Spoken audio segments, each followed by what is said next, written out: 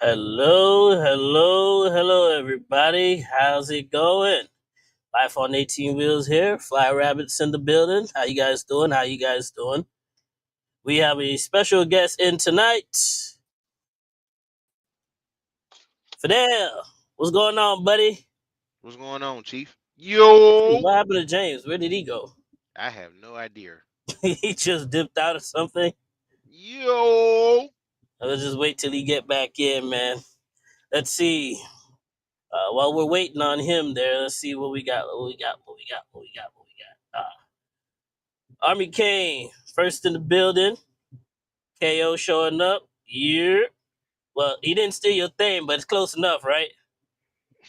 yeah, it's too close. It's too close. Newman Attacks in the building as well. Uh, Ritter, Ritter, Josh Josh Ritter's in Ritter's the in the building. building. How you How you doing, doing, brother? brother? Country's in. Country's in. James, what's going on, man? You keep going in and out. What's going on? You don't know what he want See, to do. Newman Attack. My finger went through the paper. Okay. All right. We got Jonah Green in the building. What? All right, so we're just gonna give it a couple minutes here. Let's see if our buddy James get back in. Finger we're went through all the here just paper a and second. he's I got don't the know what glue on happened. him. What'd you say, buddy? The finger went through the paper and he's got the glue on him. Pretty much. That's what he said. Just nasty. Uh,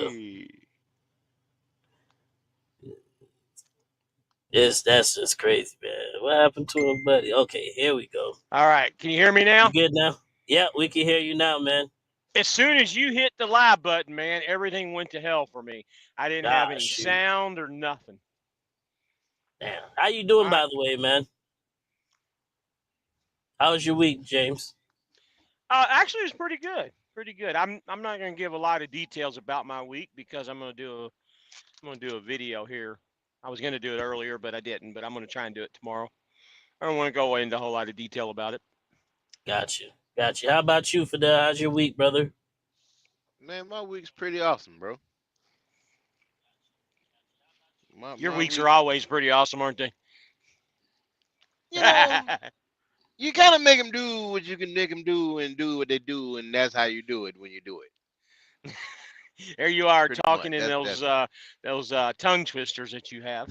yeah, you know, I do what I can do when I can do it, man. That's all. It is what it is. It's there what it's there, and it's gonna be what it's gonna be. You know.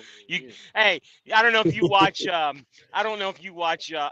Righteous Gemstones on HBO, man, but Uncle Baby Billy says a line, says, "Yeah, you got to get the getting while the getting you're too old," or some shit like that. You got to get the getting before you get too old. You got to get something while to get. I got a partner every time I call him and I say, "Hey man, how you doing?" He said, "Man, I'm chilling, hanging, and marinating like snot." Like what? What the hell? No, he said I'm just chilling, marinating, hanging like snot. Like, all right. Oh man, that's freaking hilarious, bro. Yeah, So there's a guy thing. trying to back into a spot here, an ATS driver, and I bet KO would be happy, but I think he has KO's old truck, Blueberry. He's trying to back into a spot here, and he can't make it. He's got himself stuck. Do it got one muffler on the driver's side? Actually, this one has both stacks, but I guarantee you that thing was fixed. But this might be Blueberry. It's a lot of them. You don't even know. Mm-hmm. Yeah, I know there is. Right around. It might be a lot of them though. But what's going on with you guys, man? First of all, I'd like to say thank y'all for letting me come and be a part of your live. Brother. You know, I feel like Absolutely, all good, man. I'm getting. You're always welcome to come in, man. Always welcome. But let's get into this, man. For those who don't know, this is Fidel Trucking on YouTube. How you doing this evening, buddy? We're gonna get into a little bit of brief history of Fidel. So, Fidel, how long you been trucking, brother? I started driving trucks about.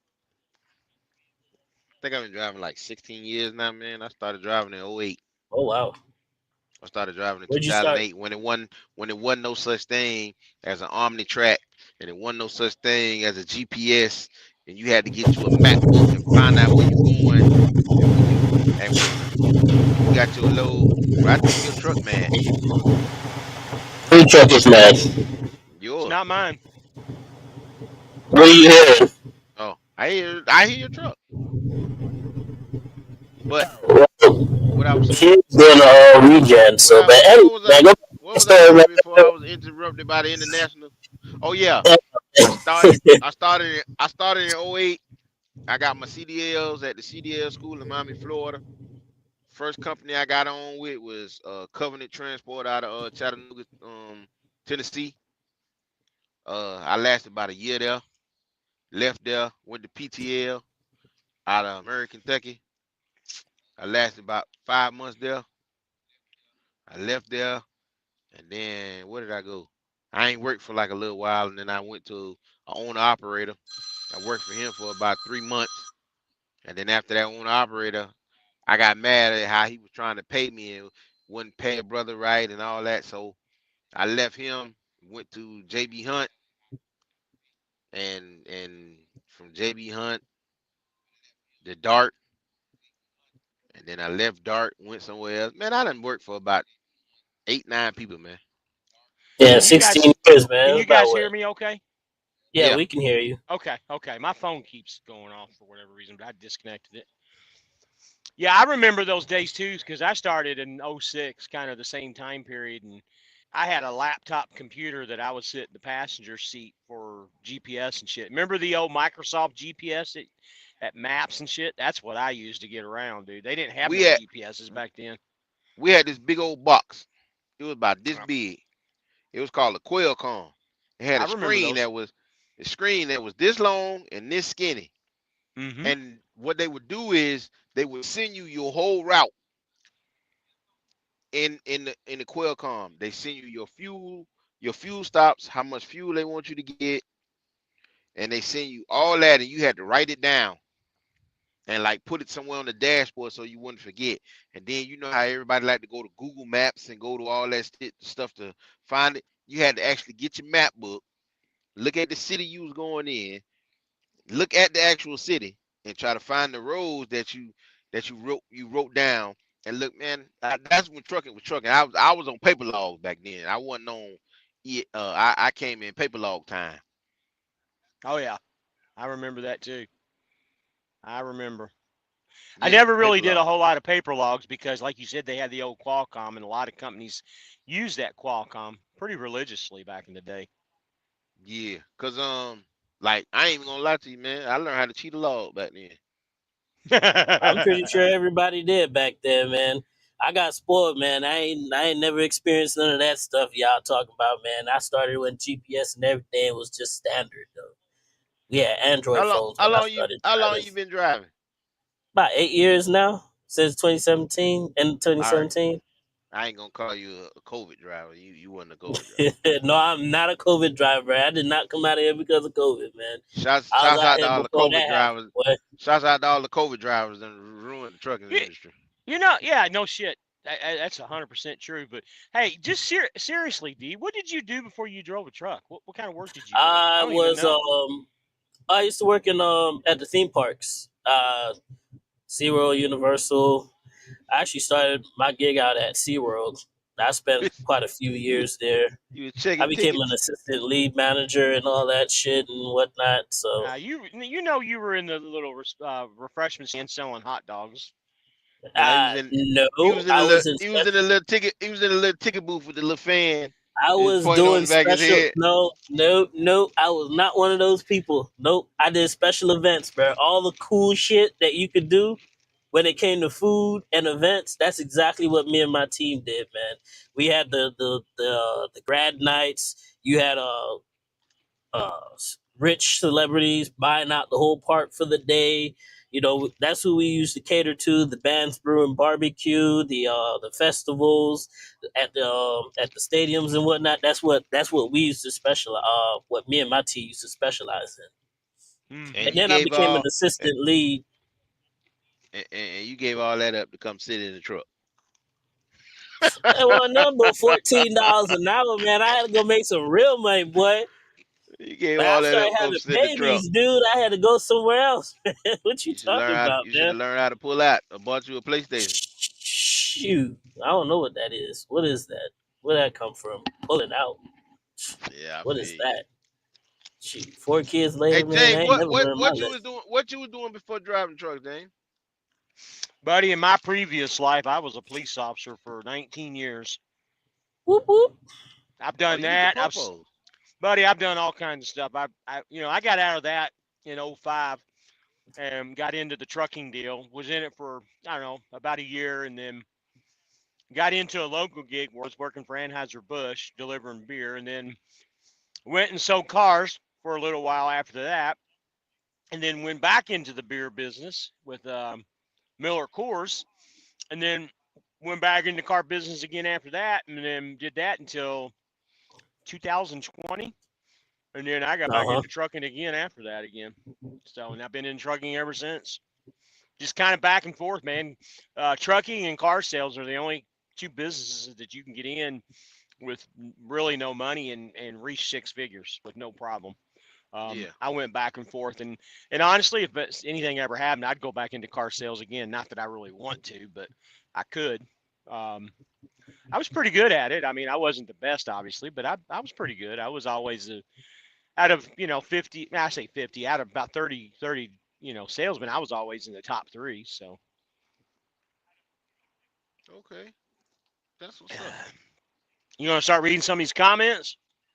Let's see. Where are we right now? Go up to the top and read them all, man, like you always do. Well, we already started with I think we left off right here. Go ahead. I mean, I was pulling some of them while we were talking here. But let's see. Turn up Fidel, he low. I did a little something. I don't know if you guys can hear him now. Andre C. Hello guys. Hope all is well today. Josh Ritter here's that's about true. Sandpaper. Well, yeah, skip that. I don't know what we were talking about. Toilet paper or something earlier. I don't know, man. And he's talking about he was on the prowl for some Newman Attack say he was on the prowl for some Bojangles. Bojangles is lit, okay, with the bow sauce and a bowberry biscuit. Don't come on my live talking about no bro. Come on, bro. Bojangles is lit, bro. Popeye. Yeah, what's your favorite fried chicken spot, bro? I was trying to get Popeyes before we went live. That's why I had to hurry up and get back to the truck. Yeah. What's your favorite chicken, Fidel? Y'all might not like me. Oh, fried chicken? Yeah, fried chicken spot. I'm gonna have to go with Popeyes, man. Man, y'all ain't got no. Let me just go on to the next comment, man. Where's the silly rabbit? He's right here, man. You're gonna ask Bojangles chicken tastes like cardboard. You gonna ask me what my favorite chicken Popeyes tastes like cardboard. Jay, what's your favorite fried chicken spot? So where I live, it's the only one that I know of. There's a Hardee's. Always got to tell a story. No, listen, there's me. You're the one that always tells stories. Mine's real easy. The Hardee's where I live at, they still serve the fried chicken on the bone. There's no other Hardee's that I know of. And when you go there, it's always fresh. It's really good. If my wife is on here, she'll agree with you or agree with me. Now, I'd rather eat Chester's than Bojangles. I will say that's gross as well too. That's gross. I don't even know what you just said. But wait, you said Chester's? You know what? Let's go ahead and ban him from the show. Oh, I thought you said. Go ahead and ban him from the show because of Chester's. No, actually, I take that back. I like Chester's. Chester sauce is lit. When that chicken is fried and fresh, oh my God, it's something else. I don't know, man. Raising Cane's is probably the best, man. I thought you said, what's that Texas spot that everybody be talking about?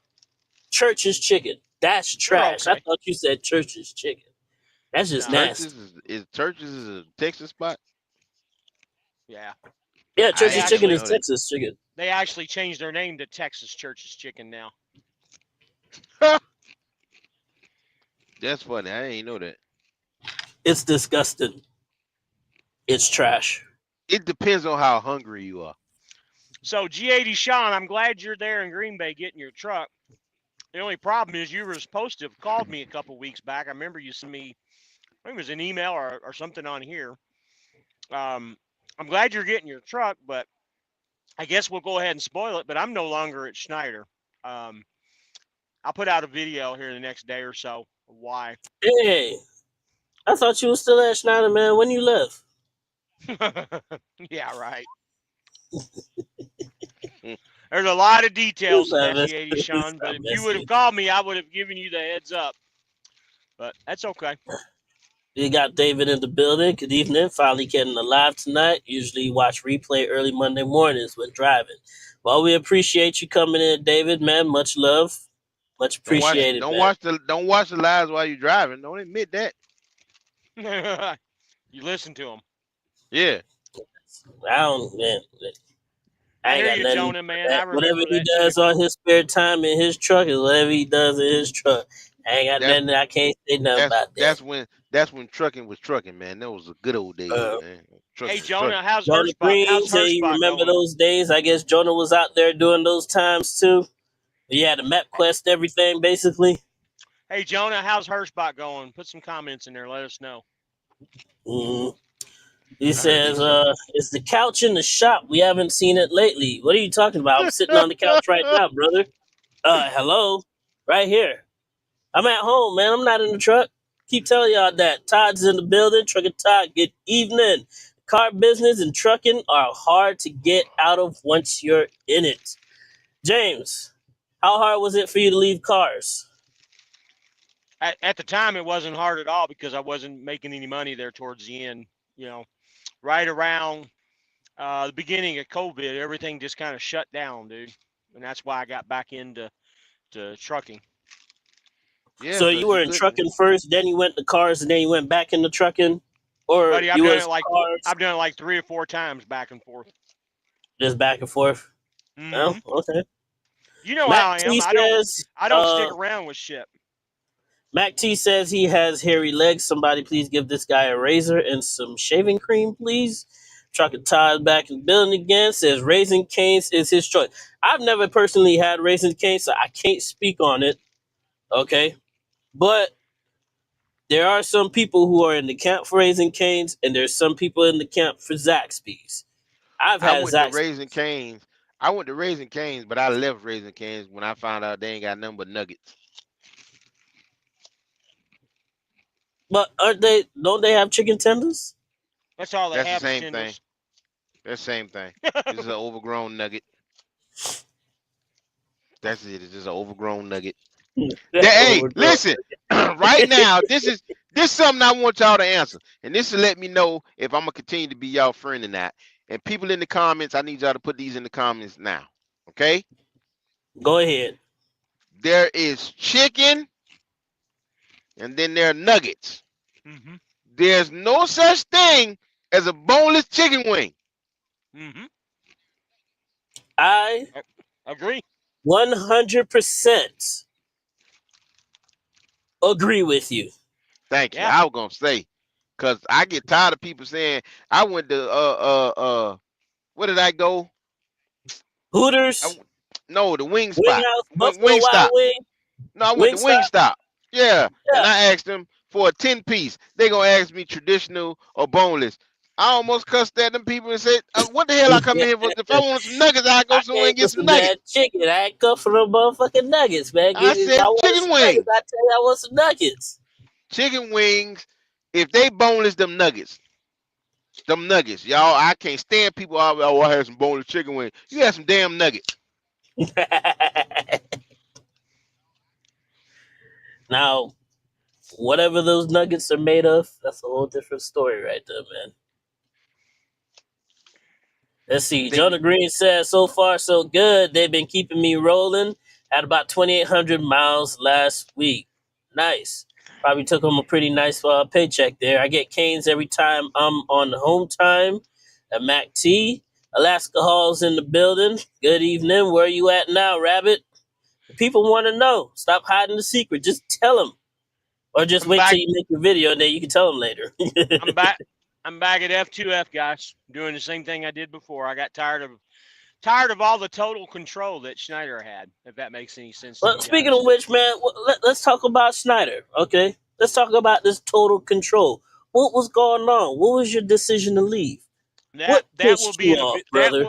that will be in a video. That will take like you said, stories. Well, that's a story, and it's gonna excuse me, take some time. That'll take it some sound time. like Gotcha. it sound like Give you us one upset a thing. little bit. Sounds like Give what? us, give us.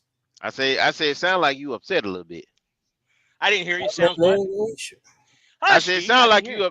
sound like you upset a little bit, like they made you upset. Well, it's yeah, in a roundabout way. Yes, they did get me a little upset. So Tell the people one thing. stupid rules. What is it? Just tell the people one thing. Out of the whole lot of bullshit that they was throwing at you, what's one thing? Give the people at least a little taste of what was going on. I just said total control. That's the Total control. that's the kicker. Really? And country will Okay. get on here and argue with it about it too. That's why I want to do a live and explain everything about it. Matt T says, if you get canes, you gotta get it fresh. Absolutely, that's the truth. Jonah Green, I've been driving for the past 21 years. Damn, Jonah, you're gonna have to get up here one of these Sundays, man. Give us a lowdown about your history, man. Tell the Jonah, people how you got in, what you got going on, and how you got to where you at. You a dinosaur in the trucking world. Definitely, I'm pretty sure he's probably a million miler, probably at least probably at least twice already now. Yeah. See, Mac T, if Zaxby's is fresh, I put it slightly over Cane's because of the multiple options Zaxby's have. Okay. I'm getting Zaxby's anyway because they got bone in. I never had Cane's, so I wouldn't know, but Zaxby's all day. I get it all the time. Yeah, that's no problem with me. Cane's do have some meaty they do have some meaty tenders. There go Jonah Green. Boneless chicken is a nugget. Thank you. T said no bones, it's a nugget. Thank you. I appreciate you people. Thank you so much. And DJ said when buying a semi, after you do your $22.90 in registration, are you able to lease to a company, or is it something else you need to do? Insurance. Pretty much that's it. Insurance, $22.90. Yeah, unless if you're getting insurance from the company you're leasing onto. Yeah. Yeah. Or whatever the company needs you to do. Yep, pretty much. I mean, pretty much you already got it solved right there. You got everything that you need, or you already figured everything out. Last thing is just getting leased onto a company. Insurance, you can use your own, or you can go get go use the company's insurance. All depends on where you go and where you lease onto. Yeah, and sometimes it's depending on if your truck is a little older, it might be better for you to get your own insurance. You might get a better rate. Absolutely. And we're back to talking about chicken again, because Newman Attack says boneless wings are a scam. I told my children I wouldn't pay for them. So when they want McDonald's and they want chicken nuggets, what do? You tell them they gotta get a whole chicken nuggets. Get them chicken nuggets. But if you go somewhere and they ask for a boneless chicken wing, put them out the car. Put them out the car. Put them out the car. Tell them they got to walk home. I wouldn't even let them come back in the house. Ritter, James, you and Roadrunner Knee in class together? Yeah, Roadrunner Knee is finally at Landstar, but James is still holding out. Not coming to Landstar. We talked about that. I think he's going to be the last one to come to Landstar, man. Not going to happen. I have to strike a dagger in. Not going to happen. Go to the next. You said you're gonna make a video. I will. I'm gonna make a video. Because I got questions I want to ask. Why not? You can call me later, and I'll talk to you about it. Yeah. I'll be more than happy to answer all your questions. Yeah, I want to know why. All right. The Raiders back in the chat. James, you did it at F2F in an SFI truck. You should make some bank now that you're in a new truck. Absolutely, that's the plan. Jonah Green said I could do that. Talking about chicken nuggets, not chicken wings or boneless wings or whatever we talking about, man. Alaska Hall says Schneider rates seems just ridiculous. So let me explain that to you. On that? Yeah, let me explain that to you, Alaska. The rates you see on the Schneider board were completely different than the rates that the Schneider drivers would see. I don't know if it was less, more, or what, but they're not the same rates. I don't care what anybody says on here. They were completely different. And I see Schneider rates when I'm over here at F2F, and they're nowhere near what they were on their board. I think their drivers are a little bit better than what the low boards are. That's how Landstar is. All of them are like that. Oh, okay. Because they all have to get their cut. The major carrier has to get their cut. That is true. Trucker Todd says you also got to get your annual inspection. So hit that back to DJ, who asked the question earlier. Yep, got to get your annual. But, usually when you lease onto a company, they're always going to require their own annual inspection anyways. So, well, it all, like Schneider, I said, it all you got to get it done 4 times a year, too. Mm. How many times you guys got to get it done? Once a year or twice 120, a year? 120 days, every 120 days. Yeah, every 120. I think the only reason your company does it is because there's so many older trucks that run in your fleet. I've seen some trucks in your all's fleet that still have wagon wheels on them and stuff. Yeah, but it's a lot of companies that's doing old that trucks. 90-day. Dude, we have trucks over here that don't even have their original fenders, bro. They don't even look like a semi truck. So, there's that. DJ says, thanks, fellas. No older trucks over here. Call me a COVID driver. And that's what we're going to call you, DJ, the COVID driver. That's who you is tonight, brother. And Jonah Green says he was talking about the show. He can do that. So I guess we were not talking about chicken nuggets. He's talking about coming on the show, man. Get it set up with James when you would like to come on one of these Sundays, and we got you, brother. You can come on up here and holler at us. Jonah's an old Swift guy. You know that, right? Yep. Yeah. And we got Matt T. Rabbit, what happened to the Target deal at Swift? Absolutely nothing. I would love to go back to that deal if I ever went back to Swift. I just got tired of training. You have to be either a team driver or a trainer in order to work that account. I just have no desire to train any longer, nor team. Yeah, I can't team myself. I mean, I made good money on it. I made $4,000-$5,000 a week after expenses with that account. But, see, I think it's one thing as in a company truck to team. It's another thing when you're paying the bill on that truck, and you just don't know how this person drives. You don't know how they back. You don't know how they manage. How they manage themselves when they comes behind the wheel, and you're the one responsible for that truck. I would see much better as might be a much smarter thing to stay a company driver and become a leader or some of the sorts. But even that couldn't even work out for me because I just didn't want nobody in my own truck, my damn self. So I guess it all depends. I can't. I've been a solo driver for so long. It feels weird if somebody else get in a truck with me. As far as driving, it feel weird. I think the only teammate you want is a pair of legs. To be honest with you, because that's who you want. To be honest with you, that's who you gonna put up with. And to be honest with you, nowadays drivers can't drive my truck no way. Go read the next comment from G80 Sean. Oh yeah, you got an 18 speed or something like that. Let's see. G80 Sean says, "Rabbit, you thought about going to Mercer?" So let's break this down real quick. Everybody's asking a lot of questions about what I did, so we'll go through it a little bit. So basically, the reason that I went back to F2F was I was here before. I went back to the exact same thing that I was doing before. It was an easy transition. Didn't really have to do a whole lot. And the whole purpose of me coming over here is because Schneider shut me down on their loadable.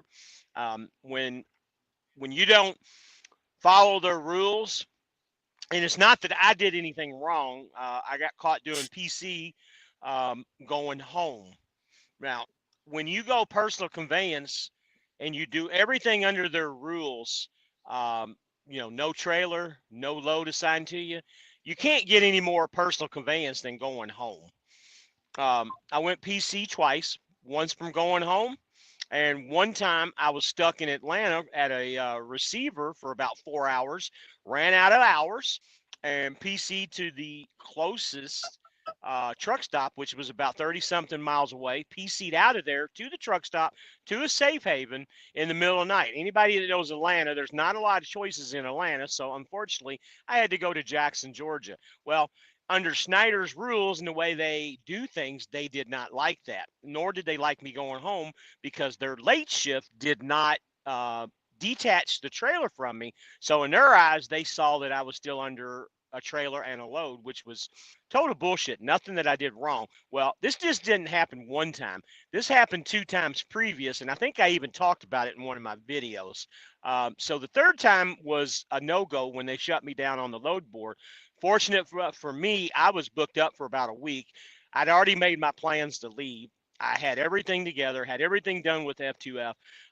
So to answer your question, Fidel, that's why I went to F2F. I'm not saying that I'm going to be here forever, but I'm not leaving anytime soon that I've got plans with. But that's the reason that I left. When you talk total control, and be honest with you, under the DOT standards, the FMCSA standards of running under PC, you can't get any more PC than going home, especially when you do everything that they ask you to.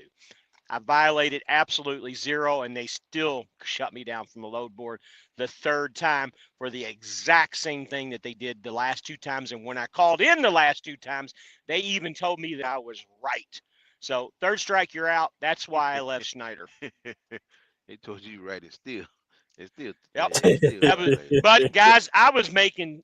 Let me tell you something. I was making tons of money over at Schneider. I was really hitting it hard.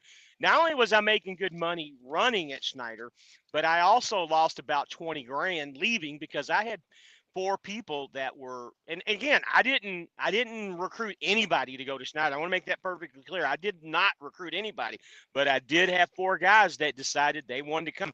Even though I told them all the bullshit was going on, they still wanted to come, that's their decision, but I was up front with everybody. So right now, Schneider, anybody that's at Schneider, if you don't know this, they're paying $5,000 a head to bring somebody over, and you get $2,500 of that money after 3 weeks. So it cost me 10 grand minimum just to leave Schneider with that. That's not including the driving money. So there it is in a nutshell. I left the money and came back to the freedom is what I did. I hope that clarifies it. It clarifies it, but yeah, we gonna talk, bro. We gonna talk. But you know, and to answer your question about Landstar, you know, it takes so long to get hired. Number one, number two, they make you get the hazmat. I don't like that, and I don't know. I just feel you're still under somewhat of control over here at F2F. You really they don't control you with anything at all. But how do you feel? Here. Nobody control you with how anything. Do you feel you can? Yeah, how do you feel you control? They're making you get the hazmat, even though I'll never haul hazmat. They're still making you get hazmat. That's just one thing. Yeah, but that's that's for the whole company purposes because they are a hazmat. That's for everybody as a whole. But the good part about it is that, hey, I do have a hazmat permit. No, you don't have to ever haul any hazmat loads. But there just may be that one load that's all that's there, and that's the only one that's paying. It's the perfect load going to your house or going to a place where you need to go. And then you're like, well, I never planned on pulling the hazmat, but I have my hazmat. Let me go ahead and just take that load. Well, let's put it this way. I'm not saying you can always save it for the what if moments, right? I'm not saying that I'm never coming over there, but I can tell you right now, it's not in my plans because it just takes too long to get hired. We've talked about this, both of you guys. That's the only thing. I told you. I mean, that's the only thing that's stopping you because it takes too long. That and like I said, I don't want to get hazmat. I don't want to go through the process to get hazmat again. I had it once before, never used it, and I don't have a reason. I'm not going to do any hazmat loads. I just don't see the advantage right now. Now, if the rates go up and hazmat rates go up, then yeah, I might look into it. But I mean, it's just not worth it. Technically, well, I mean, see, here's the thing, man. I'm on a dedicated lane over here. And I'm actually got a good lane that I'm on. If the money doesn't work out, then yeah, I'll be looking at other things. But if the money's anything like it was before, I was fine before with an SFI truck. It was tough, don't get me wrong, but with this truck, I shouldn't have any issues. That was the only reason that I left F2F the last time was just because I wasn't making it with the SFI truck. I mean, I was making, $1,500, $2,000 a week, but you guys know if you're making $1,500, $2,000 a week, that's not enough to be out here. And that was my purpose. I want to be making, $2,500 to $4,000 a week. That's the whole purpose of doing this job and being out. You know, I'm pretty I confident get that it. I can do that. If you're gonna be out, you want to make the money. That's right. If I'm gonna be out, I want to make the money, and I'm not wasting any time. Because when I go out, I run. I don't sit still. I hate That's one sitting thing I still. can say about you. You are a runner, man, because you'll be here one day, and if the math is mathing, you'll be That's 3 right, states away picking up another load. So buddy. I will I give don't you put up that. with the bullshit. I don't put up with the bullshit. The company don't treat me right, or they don't give me the miles, or they don't give. You know, if I don't get the loads, I don't waste any time. And But I you tell know, you what, going back to the hazmat thing, right? In my opinion, it's better to have it and not need it than to need it and don't have it. ah, I I don't. think that's the way Landstar's thinking as well when it comes to their BCOs, because you know what, they don't want you to be what's the word, to be limited Right. by basically what you got on your CDL. It's I like, hey, got you. just get whatever you can get and use it whenever you can use So whatever you can use. You know. let me give you my opinion. Out of all the companies that I've ever been to, and this is going to be a long stretch, and you guys got to read between the lines on this. Schneider was absolutely the best company that I ever worked for. But with that being said, their rules and their strongholds are the things that pushed them away. If they would let the drivers drive, not have their bullshit with the Bluetooth headsets and all that bullshit and the PC, it would be the absolute perfect company because you can make a ton of money over there, and they have no problems with throwing the money around. I mean, look at their hiring bonuses: $6,000 sign-on bonus, and if you want to recruit somebody over there, they pay $5,000 a recruit. Now, granted, that's not going to last forever, but still, even in the lowest times, they still pay $1,500 to recruit somebody over there. But I didn't feel comfortable with recruiting people over there because of their goofy ass bullshit rules. I just ran their load board and ran it pretty damn good, and honestly, I made good money even with the SFI truck. I was still, you know, $200 to $2,500 a week. You can make money there, but if it wasn't for that, Snyder would be the perfect company. Careful. I got you. I hear And you. you've been a Schneider, you know how it is, and you would agree. If it wasn't for the safety bullshit, their load board is pretty spot on, and it's not bad. You can make money there. It's pretty It it's self-explanatory. it's not bad. I will agree that it's not bad. However, for somebody who wants a little bit more, like Snyder is like an end all be all. For somebody who just wanna just click and go, just click That's it. unload and just go. It's great for somebody who just wants to drive their truck. For somebody who may want to expand or want to learn a little bit more or want to Yeah. increase or having more what's the word I'm looking for? Uh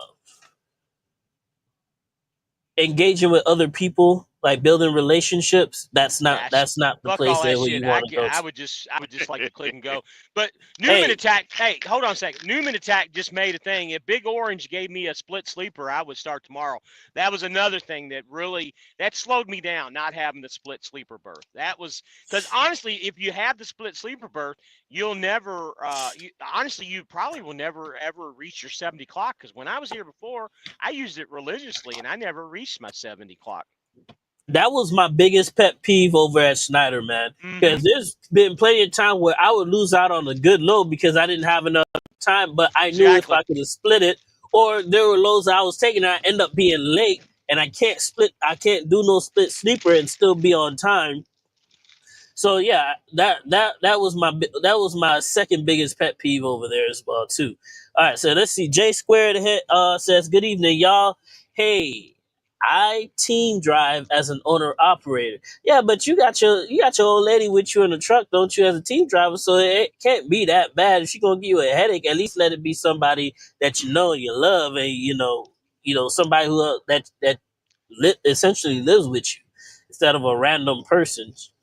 JD Shaw, man, his mind is blown by what we were talking about earlier, I guess, So You happy would have called Sunday, me. I y'all. could have told you. That's Steve ND86. Lance Calhoun. Can't PC home at Landstar. Technically, he is correct. And I'm going to leave it right there. Newman Attack. Hold Schneider on. Wait. Wait. IC Wait. has Hold on. Wait. Wait. slightly. Hold on. Hold on. Wait. Hold on. Back. Wait. There's another control issue. Another control issue with Landstar. I didn't even know that. So that just put the nail in the coffin for me. I didn't even know that. So like you can't I teach me said, something there either. But he didn't know. but He didn't explain. He didn't explain it right. He didn't explain it right. listen, Listen. You all can. I You said can. was I'm gonna leave it right there at that because I Just don't know who expand be on it. watching. Go I ahead. don't know. Tell me what the rule is. You can Listen. and Don't you tell me can't what at you the same do. time. Tell me what the rule is. Don't tell me what you did or what you do. Just tell me what the rule says. Let's go to the next. No, I'm listen, trying to teach you. You James. ain't want to hear it, man. James, it's like this, James. Look, wherever your address is that you put in the system, Yep. That's what they consider home, Okay. right? So say you park somewhere, Yeah. that's Mm-hmm. not your home. You I can got you. PC there where you park at, and then you can PC back. But But you wherever can't that PC to your but you home can't domicile. PC Yeah. to your home I got you. domicile. I got you. So what you guys are trying to do is like, for instance, trying to sell me day old bread, basically. No, I You ain't guys trying are to sell trying you. to sell Landstar to me. No, I ain't trying to tell you day old bread. I'm just Listen, saying, all like, I'm saying is there's I call a levels to spade a this spade. shit. That's basically what I was saying. I was just saying there's levels to this shit. Because where you are, you pay a truck rental, right? A trailer rental, right? Yeah. Yep. We don't pay no trailer rental. I got you. Because to me, over here, that's where some of the money is. Dropping hook. Get it, go. Get it, go. Get it, go. Get it, go. To me, you lose out time when you got to do live loads and live unloads. Well, let me clarify that. I do pay a trailer rental, but I'd say 60% of the stuff I do is dropping hook too, with the dedicated that I do. Okay. They're giving you a 60% split. Hold on, wait the hell a minute. You pay a trailer rental, but you still do a dropping hook? I'm 75%, buddy, not 60%. I'm saying after you say your you do a fees and trailer.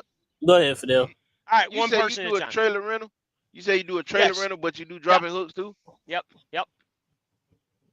How So you paying for? They use that money for maintenance and shit. Is what they do basically. Not that I'm actually paying for maintenance. If I ain't keeping the trailer, then what am I paying on the trailer for? But I'm getting 10% more than you guys are on each load, though. It depends on what you mean. When you say 10%, 10% of what? You know, I'm just saying. You get 2 more percent than I do. How much? 2 more. You're making 72 or 73? 73. I thought you guys were 65. For dry van. What are you doing? Fidel, tell them your secret, man. What you got going on, player? What you doing? I pull a step deck. Oh, so you're flatbed. Okay, I got you. That's a whole different animal. Sir, I pull a step deck, sir. It's a difference. Don't make no difference to me. It's different. It's step deck. Well, anyways, as I like to famously defend, as people would say, when it comes to Landstar, obviously I'm whatever, but your 75 and my 65 pretty much more than likely, I bet you I'm still coming out ahead on you with that 65 split in your 75. Right. You know, you want to know why? Let me tell you something. Your day old bread, you can't sell it to me, okay? I mean, I'm not selling it to you. We talking to the audience. But the thing is, you're happy. This isn't a recruiting channel. Well, I'm not recruiting to you, but like I said, we're talking to the crew here. It don't matter, man. I'm happy where I'm at. You guys are happy where you're at. Let's read the comments instead of going through all this. We still gotta explain it to the people. Hey, we're not comparing dick sizes or anything here, man. Let's read the comments. Good content. This make good content. Why do you guys? Hey, you have fees that we don't pay, right? The only thing that I pay that you guys don't is a trailer rental fee, nothing else. What about your are you using their insurance? You got your own insurance. I went ahead and took their insurance because it's a lot cheaper. Okay. I literally pay $32 a week for insurance. So in private, I'm more than comfortable with comparing my numbers to yours to see if they are relatively the same. Buddy, we've done this before in the past. But what I'm getting at is your the big thing when it comes to percentage, everybody just have to understand, no matter what company you at, you're getting 75% of what? You're getting 65% of what? Like what Yeah, 60 like, are you getting 75% of the full gross on your 75% end of versus 75% of me dog shit is who still is dog getting shit. who's cutting 65% off of everything else after my accessorials. buddy. So I you see get, where my 70 so you see where my but 65 could come up to 71, all right, 72, where all right. your 75 could come down to 70. You get what If I'm you want saying? to, if you want to compare all your shit and stuff, that's fine. We can, but you got to understand. I get a Raycon. I get 75% of whatever the Raycon comes from, whatever, whether it's RXO or Cloud Trucks or Uber Freight, whatever the freight broker is, I get a Raycon, and my number is exactly 75% of what that number is. If I go to the other side where they select their own loads, it goes up to 80%. But when I do that and do like what Poppy does, then 80%, not only do I pay a trailer rental fee, but they also pay for the maintenance. So if you blow a tire or something happens to that trailer, you're paying for it. So to me, that doesn't make sense. But doing what I'm doing right now, the 75%, makes more Hmm. sense. If I go back and run the bullshit that I did when I first came here a long time ago, you can run 72% and not pay any fees of any kind whatsoever. Just get a straight 72%. But I don't want to work with the outside people that don't do the F2F shit. I I got you. didn't have good relationship with those guys. So there's So several you're options you getting can do at F2F. so you're getting 75% of what the line haul is, the total line haul from the Absolutely. Raycon, what they're showing you. Yep. Okay, I got you. I'm getting 65% of what's left over after the accessorial. Mm-hmm. So it's not necessary. So I'm not necessarily paying 35% of $3,000. I'm paying 35% of whatever is left over after my accessorials. So like I was just trying, like I said, I was just trying to do a little comparison that my 65% is more, depending on how my accessories are cut, it can come up to almost about what 70-72%. You know what I'm saying? Plus, Yeah. I don't What, have the trailer. Plus, I buddy? don't have the However, trailer fee. yeah, however you want to look at it. I mean, still, we've compared numbers before in the past. Now, we did this when I was at Schneider, and I don't know if we ever did it at F2F, but No, I think that I can make more money over here at F2F than I can at Schneider anyway. So when it's all said I and done, think you can it's Shit, I'm definitely make sure. more money where I'm you are sure than you you gonna were make at more money. Snyder. Yeah, you it's definitely just that gonna make more Snyder. money. You It's just definitely gonna make it's more money than Snyder. it's just the Snyder's load board was so much easier because all the math was out of it. But here, I think I can do better. Go ahead and let's get through some of these comments, man. I Let's don't want to get see into the here, recruiting shit. man. Let's see. Newman Attack, Schneider IC has slightly higher rates and more loads to choose from than JB Hunt. I was able to search both load boards simultaneously for a few weeks. Lance Calhoun, he says, I had to shorten my prettiest to have, it's prettiest. What's the magic word there? I don't You think know, it's prettiest. this guy in Blueberry's still trying to back into a spot. You know that? Ever since we talked about him 30 minutes ago. That 30 about 30 minutes minutes ago, ago. man. We've been on the live for like 48 minutes. He's been backing in But for that long. no, it's been a bit. He's got a step deck too, so it must be hard to back in a step deck. It's hard when it's a spread axle. This axles don't. These aren't spread at all. This is Well, all. then he just can't drive. Yeah. All Go right, ahead. so Go back to the comments. I want to get into something here before we continue with the rest of these comments and let that build up. I want to talk about the situation that happened either last week or the week before in North Carolina and ended in Virginia. So just to give you a basic rundown, because I'm not going to post a video on here. You guys know where you can find the video. Bonehead Truckers and everybody else has already posted this video about this Swift lease operator. Got it. Basically, what the story was, Swift operator got into it with another driver attempting to merge. I'm not sure who was trying to merge into the freeway, but apparently the Swift driver got upset and shot at the driver. Driver got hit, called the police, let them know what was happening. They end up this happened in North Carolina. They end up finding the Swift driver in Virginia. SWAT, everybody was out there. They're trying to get They're trying to get him out of the truck. He comes out of the truck with the gun in his hand, and they did not waste no time lighting his ass up. He fell to the ground, got back up, fired off 2 rounds, hit 2 cops, and they finished him.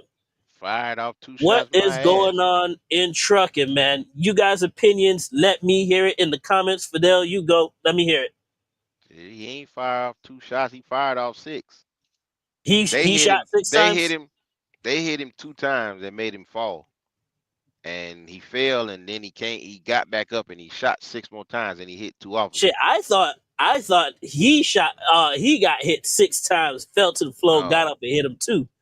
I must They have only hit him misread twice that. because he had the gun in his hand.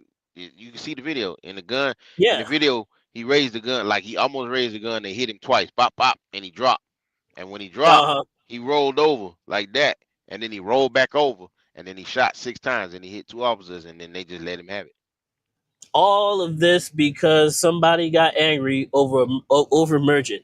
Is that ridiculous? This is how we treat each other. Mind you, we already got 4-wheelers out on the road, already making our life like a living hell, and now we're treating each other like this. That's so messed up. James, go. You know, me and you talked about this the other day, and I know we had a little bit of disagreement, but the moral of this story is, and you're right, man, you can watch out for everybody. Just because you're a truck driver don't mean that particular truck driver cares about you. So obviously he got into it with another driver, whether it's, I don't know if it was a truck driver, if it was a 4-wheeler he got into it with, but he got into it with somebody. Another truck driver. Was that okay? Well, anyways, you got to be careful because you don't know what one person is thinking. And you know, mental health today, and this is something that Stephen Love talked about all the time. Mental health is a serious thing. We have no idea what that driver was going through. And we have no idea what those officers were going through. And I'm speaking on both sides because those officers are victims too, because of it ain't fun shooting and killing somebody. I've been involved in a shooting before. I didn't shoot somebody, my partner did, and let me tell you what, it kind of fucks you up a little bit on being on that side too.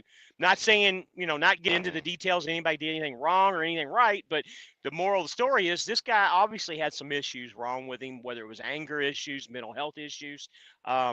Guys, I see myself going through it every single day. All of us do. We deal with these crazy ass fucking drivers that cut us off. They'll get in front of us. Everybody's seen Country's video, his shorts. I have it happen every single day. My wife gets, she goes nuts about it when she sees it. But people, you'll be cruising down the road doing, 65, 70 miles an hour, and you'll get a fucking driver in a 4-wheeler that'll pull over in front of you and drive 60. And then, it fucks up your radar, and you got to, repace yourself, get back up to speed. And it's frustrating. That momentum. Yeah. It's fucking frustrating as shit. It is annoying. And you know what? I believe 100% of truck drivers out here have some type of mental problem. Because we suffer through we suffer through a lot of things. We go through a lot of stuff. And you know what? If you can't afford a therapist, go talk to your pastor. I'm not suffering through nothing. I'm fine. Okay. Well, a lot of us are also in denial as well too. just because you're away from your families and stuff, man. Truck driving is a whole different world that a lot of people, just like being a cop, it's a whole different world. A lot of people will never understand.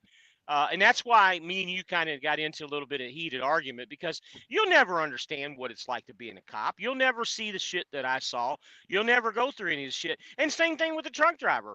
There's a lot of shit that we deal with that the average public will never see. And that's why, I compare the two jobs almost in a similar way, even though they are completely different opposites of the spectrum. There's a lot of similarities between the jobs. And, you just never know unless you're at that scene, at that incident, that accident, that shooting, whatever the situation is. Really being a quarterback, was it a next day quarterback or whatever? You can't judge what those officers were thinking. That was threatened, like he said. I didn't know there was 6 shots. I don't blame those officers one bit for what they did. It was a threat. They had to take care of the threat. They had to put the guy down. He'd already shot somebody else in the past. They had confirmation that was the driver, and he got out and started shooting immediately. So what other thing can you do? That's about as justified as you can get. in my opinion. Well, But I don't go think ahead. he started shooting immediately. I think that I'm only watching the video here. I think they just saw the gun and started blasting at him. Well, I that's saw all he they need. fell. That's all they I need. Listen, saw, yeah, and I saw he I got back up, and I saw him shoot back, okay, and I but saw. listen, I'm Let me. not I'm not advocating for him. I'm not Uh, advocating for him, but they did talk your shoot shit. off like 2 or 3 times, and when he fell, nobody else shot. When he fell, nobody else shot. He rolled over. No. He rolled He rolled over. over. No, I'm saying He no got up. other officer shot. They shot him Uh, they shot him to he fell, and they was just telling him drop the gun. And uh, then he rolled over and shot at them uh, like 5 or 6 times, and then and they then they just finish him off. now overkill. Okay, I feel you. It's like I feel like sometimes for the police, you damned if you do, you damned if you don't, because You you are. try to find You're right. every reason. Because like they shot at him, he shot 2 police officers, but then why y'all had to shoot him that many times? You could have only shot him this, or you could have did this, you could have did that. They Nah, already shot his ass 2 times, and he they shot already back 5. right. So now, I mean, now what? Now what you want? That's You just like if that's if Like I you because said you got a from just the gun, can't beginning. win. Yeah. That's Like an I said argument from you the never. beginning. That's an argument nobody on either side is ever going to That's win right. because it's But like, dude, you like got I said, he was still a threat because he got back up. Like Fidel said, he's still a threat. Of course, they're going to put him down, whatever it takes. At the end of the video, and I think he even after they laid him out again the second time, after the end of the video, you see the videos pointing straight at the cops, and then you hear 2 shots in the background, and the video pans out, and there's a cop standing over him. Now, me and James got into this about whether that was excessive or not. I was saying that they executed that boy at that point, but who's to know? For whatever reason, he may have was still alive and still tried to grab the gun after they laid him out the second time, and then the cop that was standing over him put 2 more in him. Or yeah, it could now be a after little, getting shot or it could be 17 damn something, times. or it could be, oh well, buddy saw that his buddy's already been shot and he's heated, and he just went over there and just made sure that he was all good and finished. I don't know. I know I saw the video pan over to the officers that were laying on the floor shot. You hear 2 shots. Video pans out, pans back over him, and there's a cop standing over him. All right, let's go to the comments, man. See what people are saying. Okay, let's see here. Let's see. Let's catch completely up. There's a lot of good comments. Go to where you left Yep. off at. If Big Orange gave me a split sleeper, I We've would already start said that one. tomorrow. Yeah, we heard about that earlier. Newman attack. Just Jay Quan says no educated driver ever about Schneider. Said no. I guess we were still talking about the Schneider whole ordeal earlier. Lance Calhoun. Why would Orange would have split? I mean, Have not if a you split. give all your It's owner one of their operators safety. all the. It's one of the safety rules that they have in place where you can't do a split log. They don't believe in it. I personally feel if you give all your owner operators a tool that they should use, they should learn how to use effectively. Just like with Landstar, we never had yard move up until recently, but then that's a whole nother headache in itself on trying Everybody to ain't get got that to work. Yeah, See, that's another control issue with Landstar I didn't know about. yeah, but it never. Trust. Okay. Steve, ND86, spring season is popping, beans out, and fertilizers back. And you can hear that my nasal is going crazy right now because that's how I can tell spring is here. I can barely breathe right now. Let's see. Techno's in the building. Good evening, Techno. How you doing, brother? If you can't use the federal regulations to help you with your hours to make more money than the company, who's controlling? Now, read it right, man. You get after me about He says reading. two. He says two controlling. I'm right. So let me. First of all, let me tell. Is it two controlling or is it who's controlling? He used the wrong. Okay. Wrong too. He used wrong too. Just to give him kudos, man. Techno just got his truck. He got his truck from where we did. D just got it last week. He's congratulations. Dark cherry red, and the name of his truck is Mr. Pibb. Just wanted to give him kudos. The other James you were talking about, one of the many James that you know. Yeah, that's one of the Jameses that I know. That's Techno. I got a lot of Jameses and a lot of Techno, man. I hope you're enjoying that truck, brother. I got 3 Jameses that bought trucks and 2 Jose's that bought trucks. So that's all you know is James and Jose's. Jameses and Jose's. That's right. Let's So see. this Trucker Todd, that micromanagement sounding at Landstar. What microman? Listen, at the end of the day, guys, there's nobody calling us to do anything. There's nobody telling us. They're just saying, "Hey, this is our requirements. You need your hazmat, and that's it." And nobody else telling us to do whatever they do. Whatever the hell you want to do, just as long as you got your hazmat, that's it. Hey guys, just to let you know, you're not going to win the argument with D and the Landstar. That Kool-Aid over there. Todd, you got to break down what you mean micromanagement, because we pick our own loads. Go ahead to the next comment. Let's see. Todd says you actually do pay a trailer rental at Landstar. You get 72% if you have your own trailer, and you get 65% if you lose their trailer. I say no, because hey, Landstar is giving us the check at the end of the day. We negotiate our rates. We set whatever standard that we want to have at the end of the week. That money is what they're giving is what belongs to us at the end. So I don't know. Their rate is 65, 35. Like I said, you can turn that 65 into 72 real quick if you know what you're doing. Let's see. Newman attack again. I am not happy where I'm at. I'm just making it work, man. I pray for you, brother. You need to hurry up and get about that situation as soon as you can before you become an angry truck driver. Yeah, Newman, what company are you at? Mac T, he says he is in the same position. Mac T, what company you at too, man? If you guys are not happy where you're at, what's stopping y'all from going somewhere else? You have a CDL. You can find you another job tomorrow. You be in somebody orientation by Wednesday. Tell me I'm lying, guys. You're true. Trucker Tide says, I'm getting 82% of the rate that I negotiate, and I actually see the rate confirmations before the company does. Kudos to you, Todd. Let me ask you this, Todd. Are you paying a trailer rental fee? Are you paying for repairs on your trailer? I just want to know. Just curious. Just ask a question here. Techno, just go with Trans Am and you'll get 70% and they'll rip you off money. So just to clarify that, he's no longer at Trans Am. And he says, I get 100% of the accessorials. It's Trucker Todd there. We do too. Yeah, shoot. No limit DE. Good evening. Welcome to the chat, brother. How you doing, man? No Limit says, hey guys, I don't know if you remember me, but I'm glad I can make the live tonight.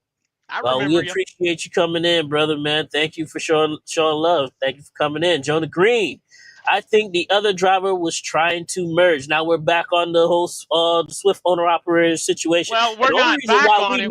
We're catching up to the comments because that's when you started. The only reason why we know it's a Swift owner-operator is because of how the stickers on the side of the truck is different. You know, owner-operator, we get these little itty-bitty tiny stickers to put on your truck, where company drivers get this big old Swift sign to put on their truck. That's how we know he was an owner-operator. Steve, ND86, I feel for you guys running the spot market with everyone taking a piece. Everybody takes a piece, whether you're on the spot market or whether you are doing, what's the other word? Hey, let's while we're here on that topic, let's clarify one thing, guys. And I think Alaska Hall made a comment here that we skipped over. But right now, there is no perfect company. The way the spot market is, whether you're doing spot market, whether you're doing contract, it don't fucking matter. It all sucks. You just got to find the best fit that works for what you need. And that's exactly right. We can go on here and tell you this company's the best, that company's the best. But in all actuality, it's whatever fits you the way you are. It sucks right now. It's not COVID money anymore like it was. And I just want to make one thing clear, though. Even though we're going back and forth talking about whether Landstar is better, F2F better, Schneider's trash, it's what works for us in our situation at the end of the day. Hey, Landstar is good for me. It's the best thing for me. Would I want others to come and join because I think it's the best thing for me? Absolutely. Same thing with James, the same thing with Phil or anybody else or whatever company that y'all working at. No, stay where you at. Stay where you at. That's right. Stay where you're at. I don't want anybody, man. The less, the more freight for you. Yeah. Less people here, the more freight for you. Stay your ass where you at. I feel you, bro. I feel you, man. But yeah, running spot market or running dedicated or contract freight, doesn't matter. Everybody's taking a piece of it, man. That's just the way the cookie crumbles. That's just one. Techno, It just makes it say, who has to bend over the most. You know what I mean? right. So Techno, people have lost their priorities out on this road. I am out here for me and my family, not to get worried about some asshole cutting me off. Hey, some people are like that, man. Some people just can't take it. Some people. I mean, Do it could have y'all been a lot think? of things. You never know. He could have had an argument with his wife. I mean, Right. it's a lot of stuff Do that could you have guys think happened in that the truck weekend. drivers should go through a psychiatric evaluation before getting their CDL? No, because that would be another control issue, like what we're talking about, man. Okay. People, it's a HIPAA thing, dude. The HIPAA laws are very strong. I don't think, I mean, they already have to know a bunch of shit about us to begin with. We got to take a fucking hair follicle test. We got to take a pee test, and there's too much in there as it is, anyways, in my opinion. What's your thoughts, Fidel? Should truckers take a You can psych always evaluation? you, you can always pass a psych test by trying to play like you're straight, but then when you Yeah, get I out here, mean, you've been done got crazy. So buddy, it's easy to pass a psych test. It's very easy. It's easy to two things: a psychological test and a polygraph. They're both easy to manipulate. Let's put it that way. Easy. Oh, okay. We got Anthony Hargrove in the building. Good evening, Anthony. Thanks for joining us. Let's say we got another. Are you a bandwagoner too? Landstar is better than any of these companies when it comes to perks, knowledge, discounts, money, and much more. That's all I'm going to say about that. I agree with him on that. You guys do get a lot of perks when it comes to discounts and things like that. That would be one of the reasons why I would look at Landstar. It's yeah, because of cause I your all's just paid discounts. $260 for some fuel today. Yeah, that Listen, would be one of the things. tires. Remember, guys, I Mm. went and got tires a couple weeks ago. The original price was $5,800. I'm only paying $38 after everything is said and done. That's including install and all of that. Yeah, like I said, that would be the one thing that I would definitely look at. But everything else, no, it wouldn't be worth it. And also, just to kind of advertise our ES Advantage card, you get pretty steep discounts on tires too. Absolutely. Yep. Yeah, ES Advantage is a good backup to have. Yep. Landstar fuel top tier. You pretty much out of the big three, mostly TA and pilots. We get pretty good discounts out of there. You pretty much fill your tank up with like $300. That's all I'm gonna say about that. Let's see. Newman Attack. Anthony is wrong. They are terrible.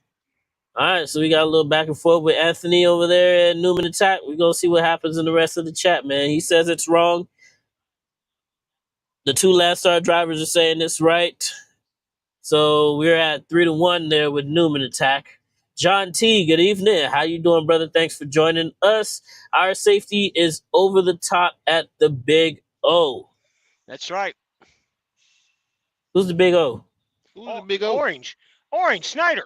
Oh, Orange County Oh, Snyder. Okay, I thought it was gonna be the Big S, but hey, I Be a mean, if big your pumpkin. safety is, I ain't gonna knock nobody if they got a good safety score. I mean, oh, more power to you, but at what cost? You know? Yeah, I don't think their safety score is as high as what everybody thinks it is either, though. I don't think it's any higher than what it is at Landstar or anywhere else. That's just the way they are. Right. No Limit says I'm hilarious. Well, I try to be a little funny, but it's natural, man. Don't worry about that. Trucker Todd LLC, they have two different pay options here.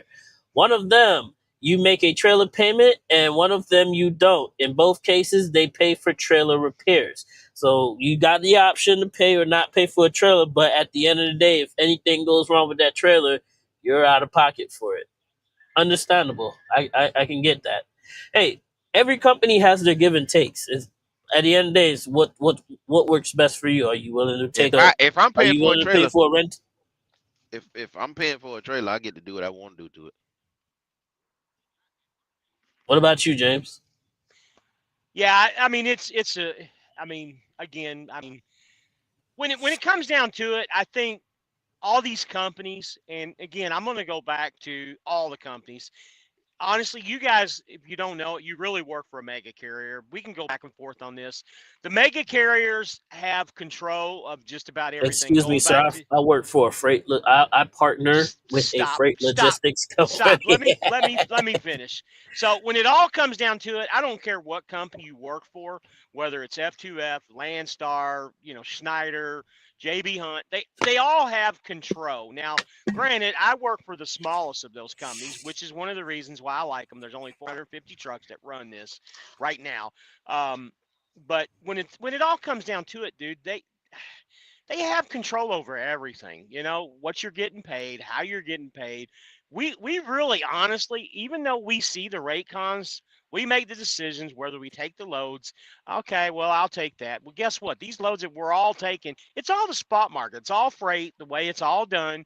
And when it all comes down to it, whether you got a trailer rental fee, you don't have a trailer rental fee, or you get this perk, or you get that, we're all doing about the same thing when it comes down to money. Somebody might make a little bit more over here, or somebody might do a little bit better over here. It's all the same shit, and they're all fucking us. Everywhere that you look at everything, somebody's getting a piece of the pie. And that comes back to the broker transparency Ain't stuff. nobody bending me over. It comes with the ATA. You can think whatever you want to, D. You agree with me. We've But now talked you about get the this many joke. times. Yeah. We Okay, all are I get what you say, and you're we're all 100% getting right, fucked. James. We're But all getting fucked. I just want to make one correction to what you said. Right? Out of everything, I 99% agree with you, except for one thing. You don't work for anybody. You contract with these people, so you are partnering with them. That's exactly If right. you keep, so you got make sure, because you know how everybody said, when you work for somebody, you're a company. You're a company man. You're not a company man. You can Exactly. get your truck and go somewhere else, wherever you want. So you don't work for anybody. Fidel doesn't work That's for anybody. I don't work for anybody. We contract that's with these why people. I left Schneider, because of their stupid control. I don't work for Mm-hmm. Schneider. I do not work for Schneider. I do not work for F2F. I work for myself. I haul their shit. I take the best Yes, rates that I possibly can to keep rolling. All these companies, whether we like it or not, they're all screwing us, whether we like it or not. And it's just something, it's the storm. We got to weather the storm. I think things will turn around, and that's what we're all waiting for, stuff to turn around. absolutely.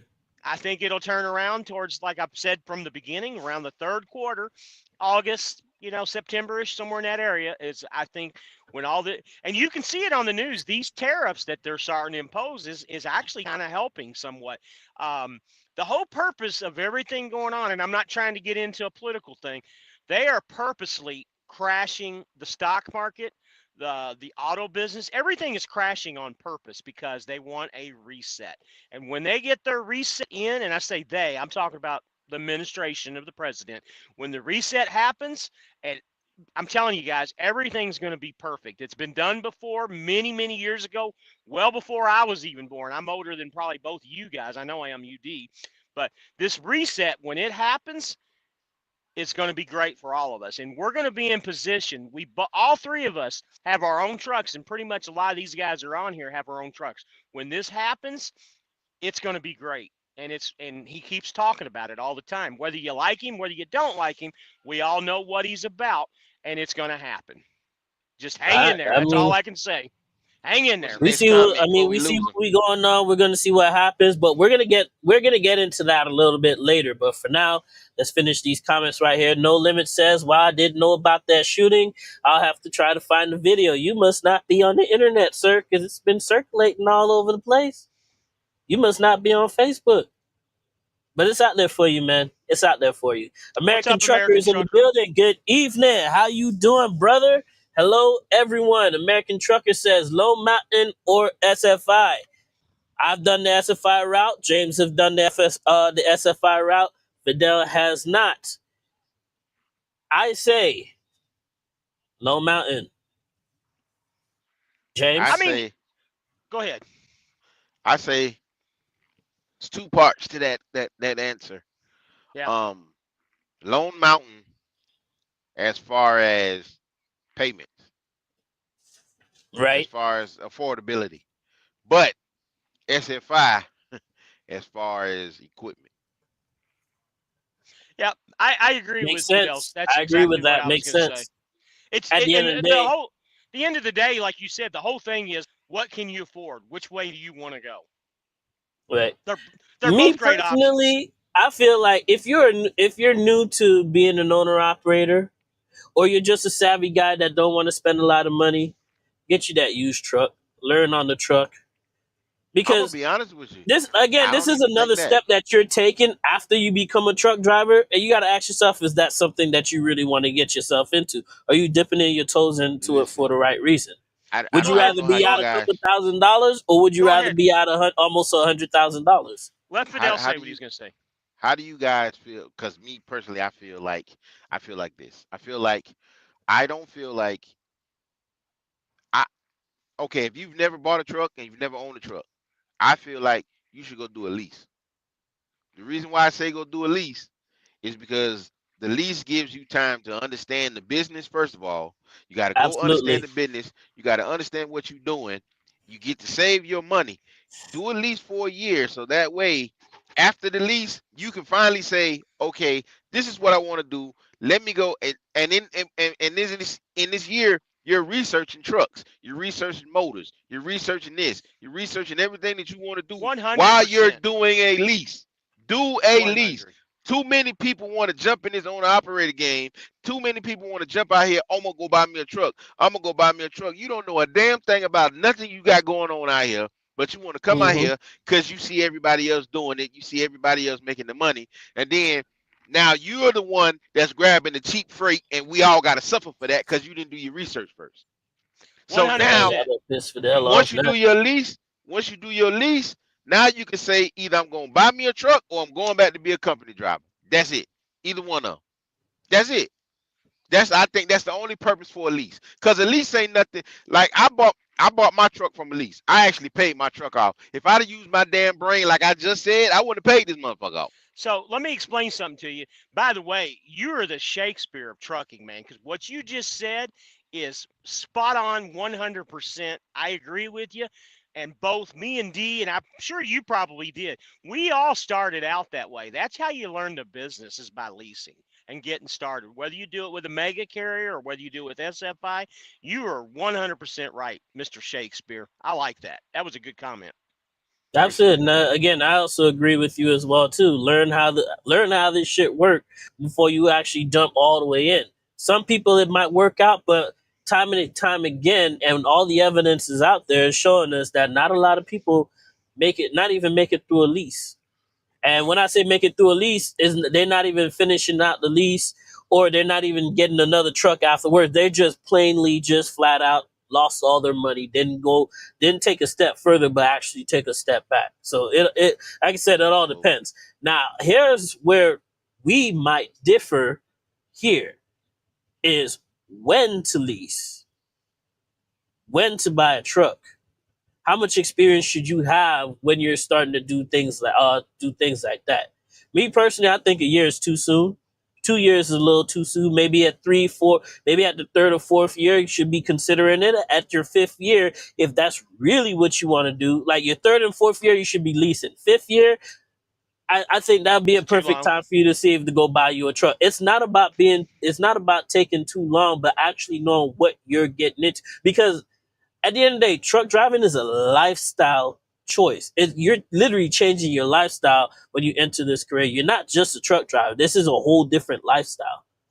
Especially if you want to go into leasing or you want to go into buying a truck. It's a lifestyle that you got to ask yourself if that's what you want to live.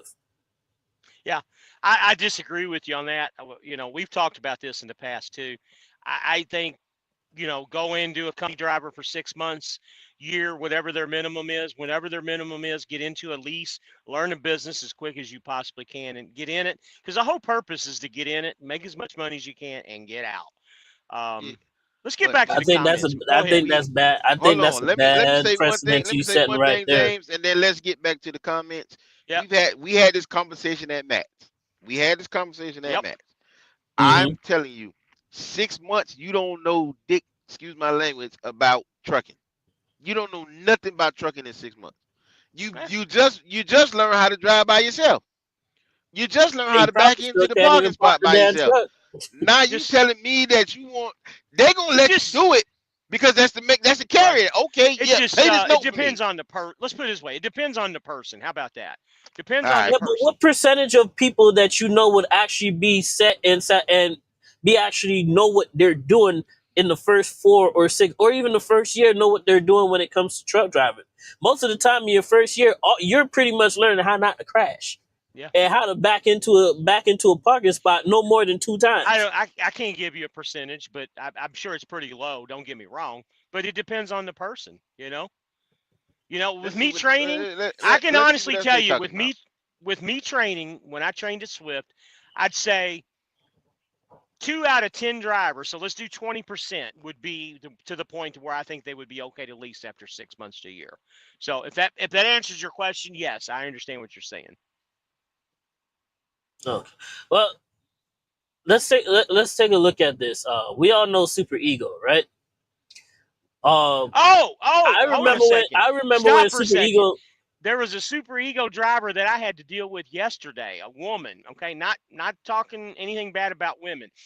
She hit everything at that building. She hit the yellow pylons.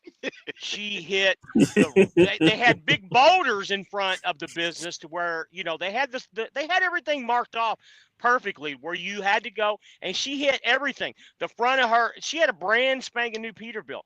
Ripped the whole. I would love to know how much experience that she has, because I remember she had any. I don't think she had anybody. I remember when Super Ego was being the talk of the town, you needed to have 2 years of experience. And then all of a sudden they dropped it down to 1 year. Then they dropped it down to 6 months. Then they dropped it down to 4 months. So I'm thinking here, how much experience did that girl have? She probably still ain't even learned how to back that truck up yet. Hey, let's get back to the comments, man. We could go on and on and on about this forever, man. So moral of the story is, you need to learn and get your wings before you move on. Don't try to jump off the cliff and you ain't got feathers. Red Bull gives you wings, by the way.